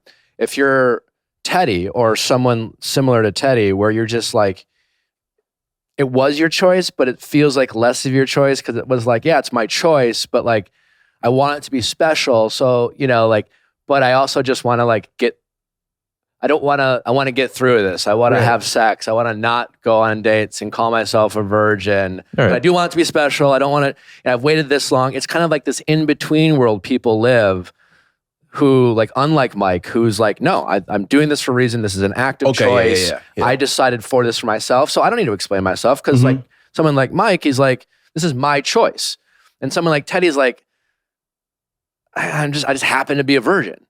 Yeah, or this reflects like an older ideology. Yes, older, yes. I also think like the thing about disclosing like being a virgin is you're basically saying like every single person you've ever fucked, and that list is like 0. But I think that's the thing that's so vulnerable about it, is that you're like talking about your entire sexual history or lack thereof. Right. And so I think that's why it feels like such a reveal, is because like you're like the person sitting across from you, like if they were to be like, okay, that's your sexual history, like these are all of the people, like that's a lot to share. Sure, yeah. So I think that's part of the reason that it carries so much weight, and it's less of like, oh, being a virgin is such a big deal, and more like you're just like disclosing a lot about. Yeah, I just thought it was an interesting thing, and I'm not criticizing Clayton at all, because again, I think it was like the appropriate thing to say in the context in which he said it, because he's a bachelor and he's got to be a gentleman. But in reality, it's the very thing that I think makes that weight more than it needs to be in a situation where people are just like, hey, I just want to be honest with you, I'm a virgin, but like whatever. It's like,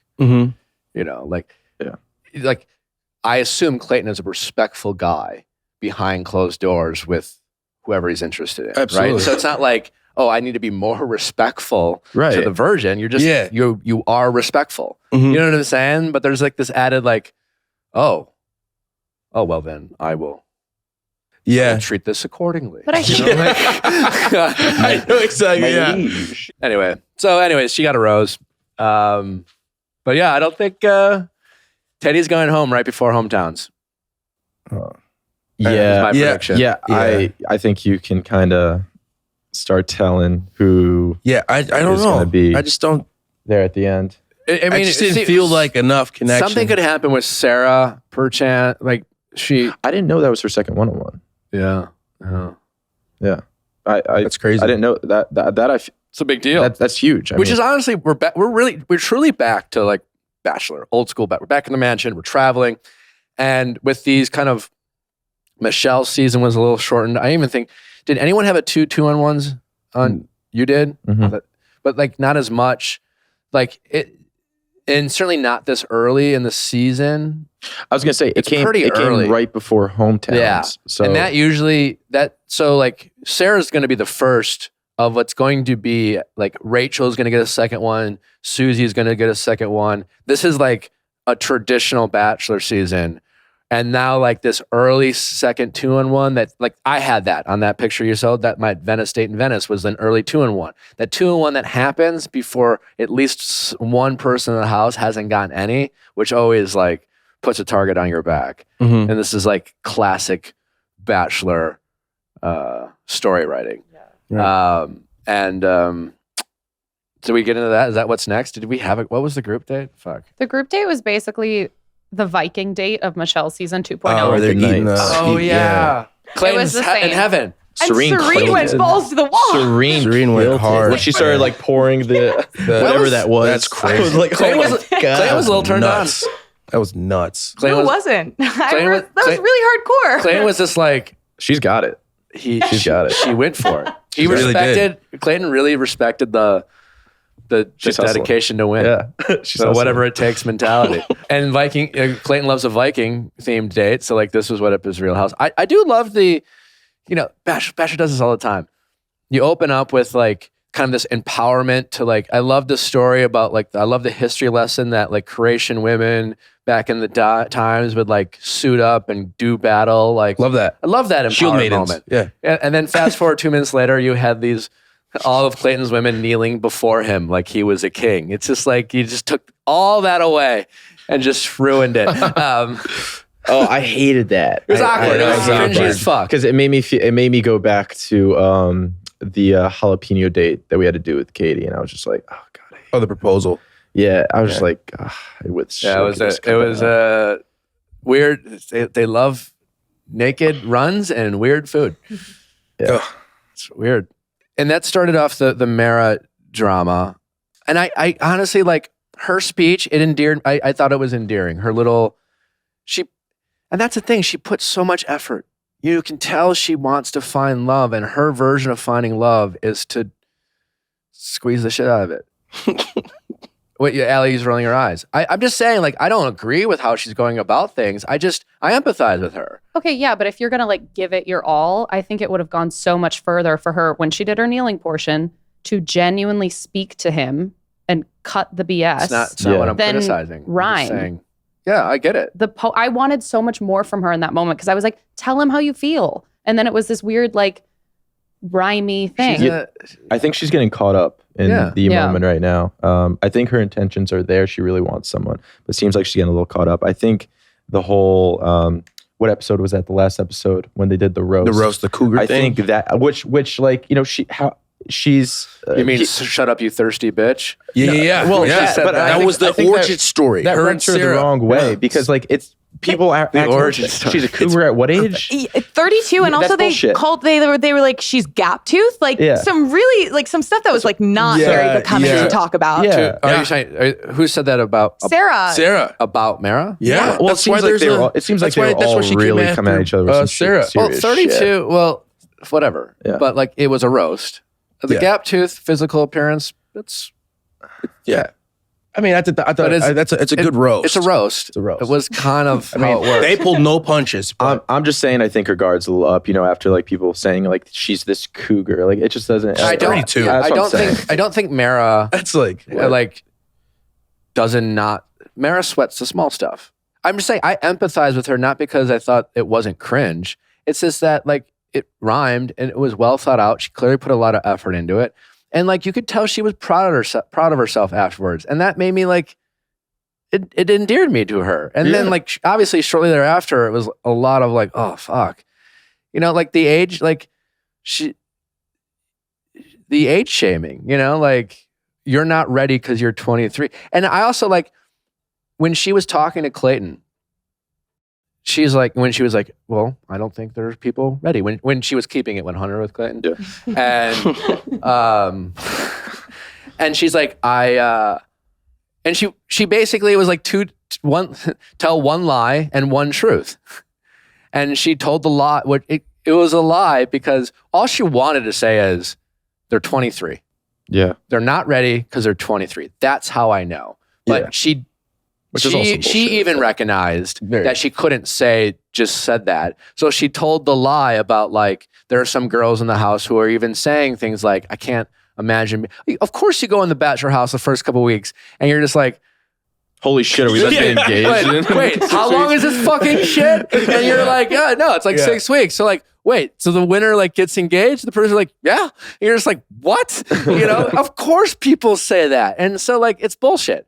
And so she flat out lied. And then she goes, and then, you know, their age. And it was like, that's all she wanted to say. But she thought she could like sweeten like, you know, I don't know, put some camouflage on it by like telling this lie. And like I said, they have like a good rivalry. Yeah. Like after Sarah's one-on-one, where she's walking up the stairs and she's like, "Oh, whoever said this doesn't know what's coming." And yeah, I liked it. I liked that. it. I was like, that was natural fire coming here. These are fireworks. What do we feel about like? Because like again, Mara represents. She represents women who like they made her into a trope in a sense, right? Like, and maybe Mara is this person, but like she's in her 30s. I mean, like, make no mistake, she's beautiful. Yeah. She has a lot going for her. She's young, but in that world, you know, like the maternal clock, all this is hyper. You know, Mara's just like she talks about herself like she's 50.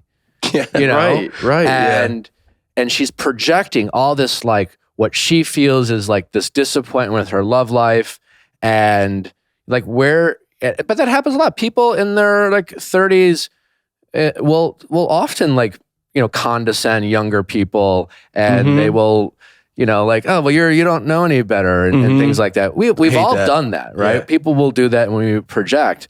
It's just really interesting. She just loses all that credibility, but that shit happens. It happens all the time. Like, I get it a lot. Mara like represented an audience of people who see younger people falling in love and they haven't found it for themselves and immediately are just like, there's got to be a reason why. Oh, it's bullshit. They're fake. Oh, they only like them because of a certain reason. Yeah. They try to take everything away from people just because it's not going for them. And it's unfortunate. A Bachelor contestant. Fan favorite. I won't say who. She's younger. You'll know why I won't say who. But we were talking about this, and she's like, you know what? I'm like tired of like the older Bachelor contestants. She was referring to some of her peers who are like in their late 20s, early 30s, and they're always like talking shit. How like these younger when they cast younger people, we're part of the drama. She's like, we're not part of the drama. It's always like these other women who are like 3 or 4 years older than me causing the drama because like they're projecting their frustrations that they haven't like, this has to work. And I thought that was a really interesting thing to say. And I was just like, I never thought of it, you know? And I was just like looking at past seasons and thinking about who is in the drama. And like, we always assume it's going to be like the 23, 24-year-old. And this particular Bachelor person was like, yeah, fuck that. I'm tired of like these older, she was saying older. Hey, Grant, they're not older. They're very young. But it was just like an interesting conversation. She's like, you know, I went there. I wanted to find love, but if it didn't, I'd be fine. And it just creates an interesting dynamic with the story. We saw that very much, like Mara like represents that kind of person that has a lot of angst about their love life. So do you think any people will side with Mara? Yeah. You do? Yeah. You think there are plenty of people who are like Sarah's not. Yeah, she's 23. How can she be ready? And I feel like this is maybe an unfair criticism because it's like if you're gonna criticize someone for being confident, like I just think like it's very, maybe this is unfair, but I do think there are some times when I think Sarah does become a little bit like cocky, like in a way that's not very empathetic or not necessarily, I feel like would maybe call attention to other people in the house. Like I think it's like totally fine to like be confident and feel good about yourself. I think there's some times where Sarah is kind of like, yeah, I'm 23 and I have 2 1. Like I agree. I don't think Sarah is all that interested in giving off false humility. And I have no problem with that. Mm-hmm. I fucking hate false humility. That's very true. And why shouldn't Sarah feel confident about getting the attention from The Bachelor, getting the second one-on-one? She's not out there like kicking the door down, being like, look at me. She like authentically cried when she realized she got the second. You thought those were fake tears? Oh no, I thought I thought you were talking about the tears she had on the date. Well, both. Yeah, that was Those wild. were Also, by the way, That was wild. We skipped over, like, again, Genevieve, I think you're a great person. However, it was her best defense about her not being an actor was the fake crying she gave to Clayton on their like one-on-one time, where it was like, that was some bullshit, right? That was some fake. I mean, am I the only one who thought that was fake crying? There was a lot of crying. It was a lot of trying to cry. Yeah, a lot of it. And Shanae even did it. She pulled it off. Yeah. But then she said that Shanae is a better. And then she goes like, oh, I cried. Yeah. I was like, I hate this villain. Not natural. This is Jared Leto. That's a great take. Dude, that's what it is. Oh, she was the one that said she was Meryl Streep. Yeah. I was dude, like, come on. See, stole that from you. Yeah, she's like, look at that, dude. She's just stealing everyone's. But yeah, flame. Genevieve had some like very forced tears. Yeah. And I only bring that back because Sarah's felt far more organic. You disagree?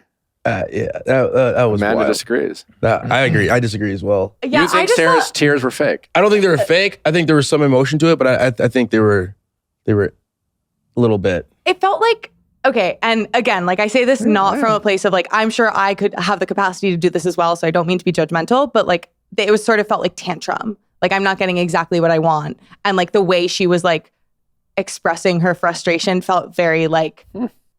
I always watch Clayton when they start crying. And he's just like, Fuck. He's like, fuck me. what are you crying about? He's like, not again. Why are we crying right now? You know what I mean? And I'm just like, I feel bad. I'm like, I was like, oh, this has got to be really tough for him. It's so hard. Because the truth is, he doesn't care. That's what it looks like. You know, he's on. He's like, again, all jokes aside, like, you know, what's her name again? Who called Clayton a liar? Lindsay. Lindsay. Maybe she said some, like, I'm sure she remembers her truth, whatever. But Clayton probably was on his 15th conversation that night. It was probably 3 a.m. Right. He was just like, what's Rachel and Susie doing? And like Lindsay sits down and she's like, can I gossip? And Clayton's just like, fuck, sure. His mind might be thinking about his last conversation for a second. Yeah, that's a tough job. That is such a tough job. That is happening. That is 100% happening. Yeah. So yeah, and then like so he has these conversations, and all these women are like amped up. It's like for their big moment. Well, you know how it works. You wait 3 days, that 5-minute conversation. So they're just like, and they sit down, they have this story lined up, and just like, I'm going to tell them about this is what I'm going to do. This time. Yeah. And out of nowhere, Clayton's like, I heard you're an actor.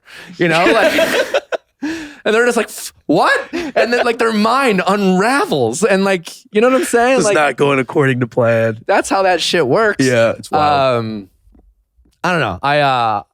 I guess I didn't see. I felt Genevieve's were more forced than Sarah's, but like she could be a better actor. Which again, but Genevieve's best defense was not her answer; it was her trying to act.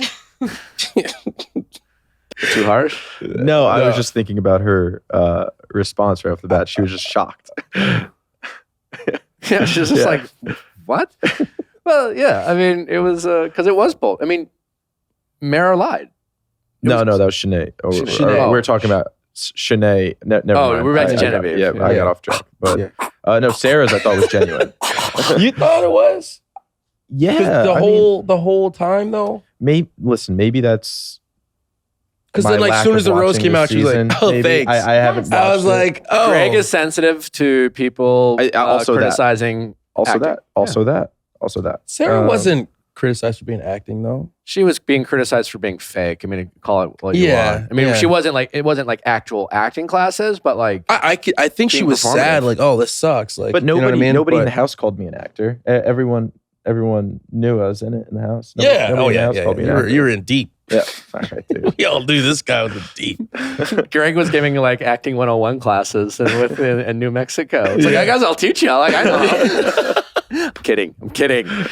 I know. Read it. So I have a field day with it. So you interesting. Okay, so it seems like the house is split. What about you, Allie? I don't know what to believe these days. Everyone was crying. There was so much emotion this episode. So many tears. And at the end of the day, look at the Suzies and the Rachels of the whole situation. I think they're the two front runners at this point, and they haven't cried. Excellent point. Yeah. Done. Over with. See you next I'll season. tell you why. I will say. So let's talk about the Susie little meetup. It goes to show just how I want to pull you guys. I'm also pulling my audience. When that was happening, when Clayton got this like note, and you're just like, oh my god, who thought it was going to be a cringe moment of it was a desperation from Mara? Who thought that was the note writer at first? Yeah, I thought like she's saying I'm leaving or something like that. Did you suspect it to be a fan favorite? No. I was expecting the fan favorite. You were? Yeah. And what about? For some reason, I didn't expect Mara because I feel like they're going to build that drama up, and if they would have had a one-on-one, it to be like I guess I was kind of like expecting it to be like a cringe moment, and therefore expecting like intense music, and it just completely could have changed your point of view on the meetup. Like if it was Mara, what kind of music? Like it would have been like, I'm going home. I can't do this anymore. That's what I thought was going to happen. yeah, like kind of music. Yeah. Oh, I don't think she would have said. She's a fighter. She is not quitting. You're right. You're right. we would have needed assumption. the music that they played when Hannah Brown was crying, looking at all the artwork before she sent Mike home. That's the music we would have needed. Drama. Yeah. Anyway, Clayton is super into Susie. Oh yeah. And all you really need to know is like, again, this little meetup happened after a whole day of dating. What did he do? He had a group. Is that a group date that day? Was it a group date? Oh my God, group dates are exhausting. Exhausting. And he got back to his hotel. It's probably 1, 2 in the morning. I don't know what time it is. It's late. He's tired. All he is excited to do is order room service, go to bed, and he gets a fucking card. And he's just like, fuck. Who the fuck do I have to talk to? You know, he has no idea. He's like, fuck. I hope it's someone I like. And he goes out there and Susie, and the guy lights up like a fucking Christmas tree. Right. He's jacked. He's pumped. You know what I'm saying? Like, not everyone could have got that reaction out of a very tired Clayton. And, I agree. Susie got it. I thought it was very telling. And that had some winter energy to it. Oh Absolutely. yeah. So That moment they can't like. That's one of the. Like I know they're both gonna like think about that forever. So like maybe Susie and Rachel are the two people who he's in love with and he has sex with, you know? To me, that also like confirmed Susie being the Bachelorette. Because like if the show's gonna like give her like that like very like they're already kind of giving her like a storybook. She has Bachelorette like written all over her. Yeah. She's Bachelorette in the face. well, I mean, no, what if Clayton picks her? I mean, I don't know. Clayton likes her a But lot. Rachel, I know it's tough, but like this is I think one of those this is one of those seasons where we're lucky enough that I think the lead is truly into more than one person. They're not just into one person and really like two more. Oh yeah. he's in like- love with 3. He's like really, I think he truly is. Who's I your mean- third? Well, he says I love you to 3 women, Oh. right? I don't know. It's unclear. He certainly says that he has sex with 2. We know that much. I feel like he was like, I'm in love with all 3 of you in the Super Tease. Either way, it sounds like it's a messy ending. Yeah. That much we know. Wait, I have a question for you guys, which is that, you know, Clayton gave Rachel a second group date rose. what do you think about giving group date roses to the same person if they're clearly your front runner? Do you think it's better to like sprinkle it out and give other people hope? You know what? I loved it. And also I was like, shit, I never got a group date rose. I would have loved one. I thrived in group date You roses. did. You did. No, you wouldn't have. What's that?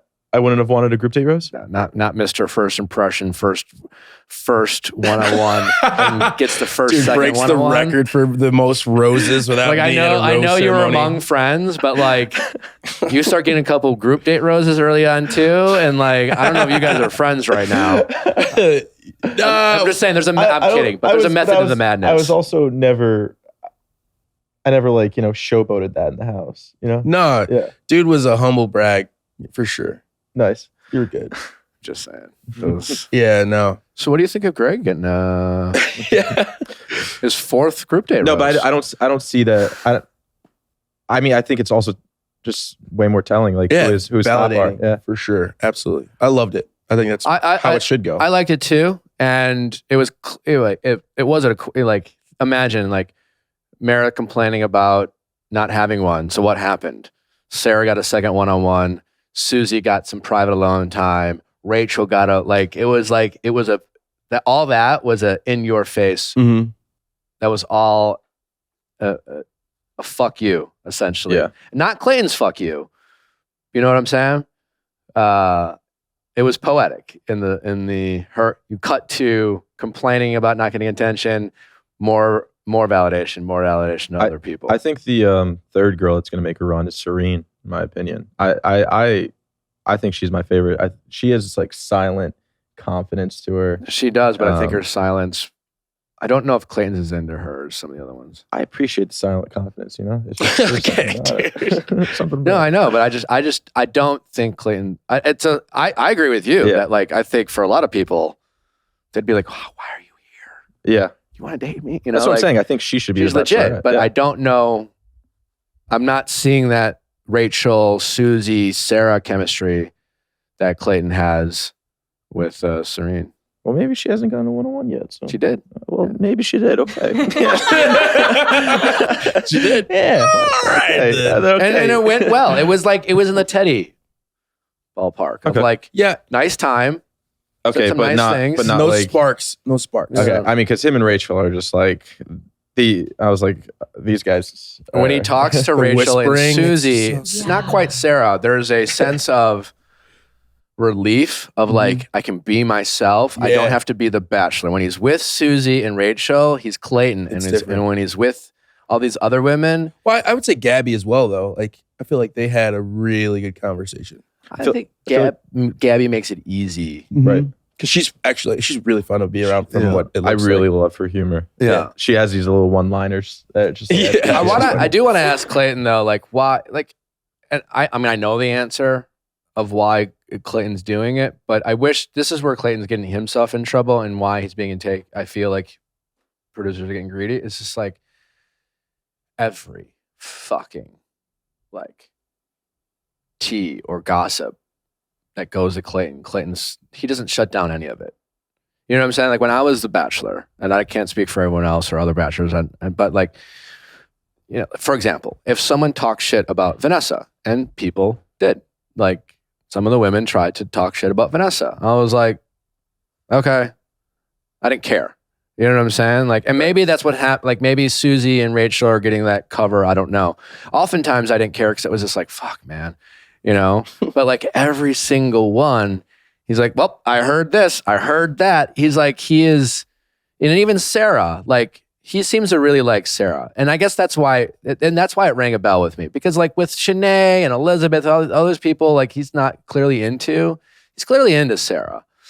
And so I would have liked more pushback from Clayton to Mara, rather than Clayton going to Sarah and being like, That's also. you know, That's so also. that's what I heard, you know. That's also how I felt, because I'm like, this girl's getting her second one-on-one. You guys are obviously, connecting, and then obviously him and Mara aren't anywhere near the same level. But it also could have been a make or break one-on-one. Like just weaving it out right then and there. Like, Could hey, be, and that's what they sell it as sometimes. But I think he really likes Sarah. You I think so? he's into Sarah. I think like he said, they're in like a beautiful, They're in Croatia right now. I don't think you're giving that one-on-one just to anyone, you know? I just didn't see it with them in the second time around. I think maybe because... Well, it's because they were focused. You don't see it because that date was used as an interrogation rather than a way to like advance the relationship. Right. Yeah, that's... And again, I know it's not all Clayton, but I wish he would push back on some of this stuff. Yeah. To the point where he's just like, I don't care. Mm-hmm. And part of it is because I don't know.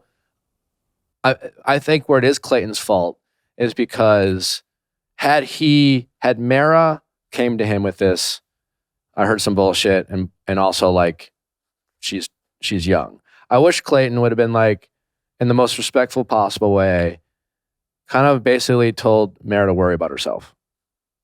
You know? Be like, hey, like, thank you for the input, but I can't really speak to the other stuff.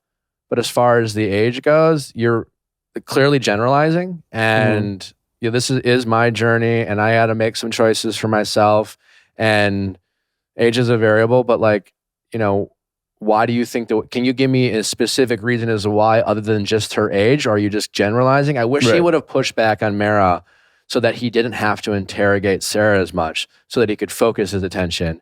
But because he didn't, that gave people an opportunity to be like, you have to talk about this with Sarah. But I do love and appreciate his, him hearing everyone's voices.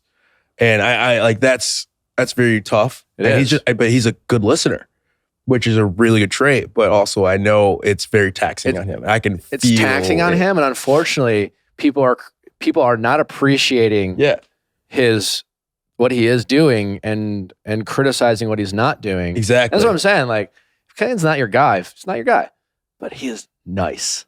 Great guy. He's respectful and he's polite. And I don't know how this ends, but the guy's being like, what he's being crucified every week. Yeah.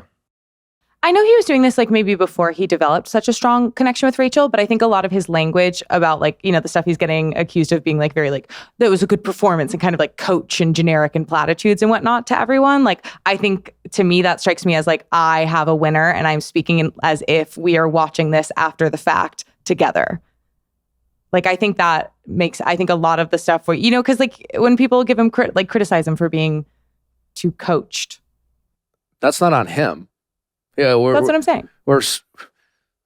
Bachelor Nation crucified this guy for taking an acting class, and now we're crucifying Clayton because he can't like pretend not to like people.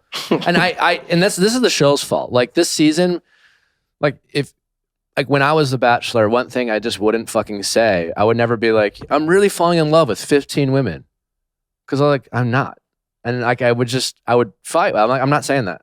How early on did you know who you're talking? Early. Really? Yeah. Okay. Everyone I feel that. And so like every week we're now. watching the season, Clayton's like, I'm really falling in love with these 12 people.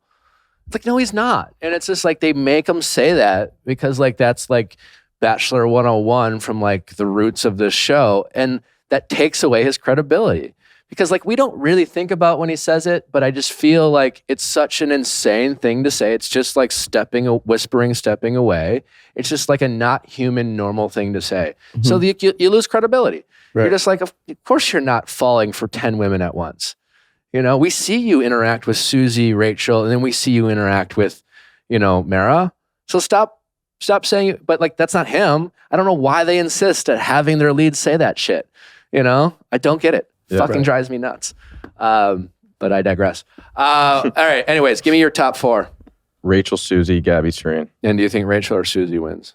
Rachel. I'm going to go. I don't see how she doesn't. I'm going to go Susie, Rachel, Gabby, and it's a toss-up between Teddy and Serene. Susie, Rachel, Gabby. You don't think Sarah makes it? Nah. I think that date last night was pretty telling. Yeah. Just how he reacted, I could tell. I think you could tell it in his eyes. I mean, maybe that's just like from like guy's point of view, but like when I see him looking at Rachel and Susie, and it's just like it's not quite the same. So do you think, and that's the important question, did Clayton not believe Sarah stirs? I think he didn't. I just knew he's like, I like this girl more than I like the other 7 or whatever that besides his top 3. Who do you want to be the next Bachelorette? Either Gabby or Susan. Gabby would be great television for sure. I think I honestly, the last couple episodes I watched, like I don't think she's been shown that much, Gabby, but I've cracked up every single time. Like I really appreciate her little one-liners like that she says. I think that's fucking hilarious. That'd be good for Bachelor But I Nation. also really appreciate Serene. Like I just feel like she's very ready, and she comes off as just like so like confident, and I just and she dresses so well. I think she's too polished and too quiet, and I don't think she's too quiet. I think she's got it. for the show. I'm not talking. This is not a criticism. As a human being. I was also pretty quiet. Yeah, you're also not the Bachelor. That's right? well. That's true. That's true. I'm saying I was also. Okay. It was just Also, the Bachelor and the Bachelorette they cast for different reasons. yeah. They like their bachelorettes to not be quiet. Yeah. Well, then that's Gabby. Like Brie, I love Brie. Brie's also like not quiet at all. Like you get Brie out and have some drinks. Like Brie's got some great takes, but like Brie would even be like, I'm not saying that on TV, you know, like, and she is very polished and very in control and thoughtful with her answers. And like Brie will pick like, and I think Serene reminds me like on screen, like someone who like, I bet if you get Serene alone and like have a drink with her, I bet she has a lot to say and probably really interesting stuff, but she doesn't need to, she's like, I don't know if I want or need to say it here. And that's totally great. But I don't know if that's Bachelorette material. Right. Yeah. The fish said it all, I think, for Serene. That showed her range. The fish. She does have range, yes. Yeah. I think she's great, but I just don't know if she'll be the Bachelorette. Gentlemen, thank you so much for coming. This Been a has pleasure. Been Thanks a for lot of having us, fun. man. Where could people follow you on the gram? Anything else you guys are working on? You want to promote? Bachelor Live on Stage. I don't know if that's a thing, but I'll be there. Yeah, You will. Yeah. I'm trying to have Greg come on, but I don't know. We'll see. Don't be the guy who goes home with a fan. That won't be him. Yeah, that's It'll happen. If who do you think it might happen with? If you could say, I'm not going to say this. Is I there- do have a person in mind, there but are people in I am mind, going yeah. to not say I don't that. think you would too. Well, it's not the move. Oh, no, not me. No. But- I'm very very good with that Definitely. kind of stuff. Definitely gonna happen. Oh, yeah, for sure. Guys, thanks so much. Yeah. Glad to see that the living situation seems to be going well. Oh, yeah. Are you guys going to be like making this move in together official? This was like a trial run. This was a trial run. It's actually going really well. I don't know. I just need to go back to Chicago for a little bit and see. Yeah, sure. I gotta get back to New York City. But we were thinking about going to do another month somewhere else, maybe Austin. Austin, yeah. Check that out, or Boston. Austin or Boston. Austin or Boston. All right. Well, Austin and Boston. You might be getting the Boston? Spence. Spence. Spence. Spence and Greg. But what would I wear? What would I wear? Coming to a city near you, this dynamic duo. Greg, congrats on whatever it is you call this love affair that you have. Hey, we're figuring it out. Happy Valentine's Day. Appreciate it. I am single and looking for a Valentine. So if anyone is available tonight, let me know. Just stay out of those DMs. Yeah. Wait for the beach if you're going to go. Okay. That's Don't get that fucking Brandon at it. Yeah. Don't be. Yeah, you're right. You know what? You know how you listed your top three? Mm-hmm. That's great. Just don't be like talking to your top three. No. You know what I'm saying? No, absolutely not. Absolutely not. I know. I believe in you. I just sometimes it needs to be said because like every once in a while, she's like, no, I'm just talking. It's you're so fucked. You know? Yeah, well, they were like seen in public together. I was like, that's wild. Anyway, guys, thanks so much. Thanks for listening, guys. I hope you enjoyed this episode. Thank you, Clayton, for sharing all your thoughtful answers. We wish you nothing but the best in your journey for love, as well as these guys, wherever they find it. And keep listening tomorrow for the wonderful Taylor Tomlinson will be with us. You will not want to miss that. Bye.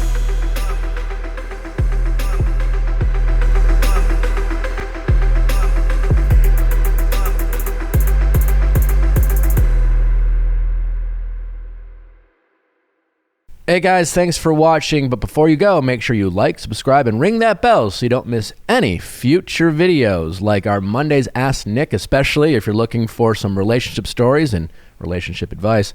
as well as our Wednesday interviews with your favorite celebrities and experts. See you next time.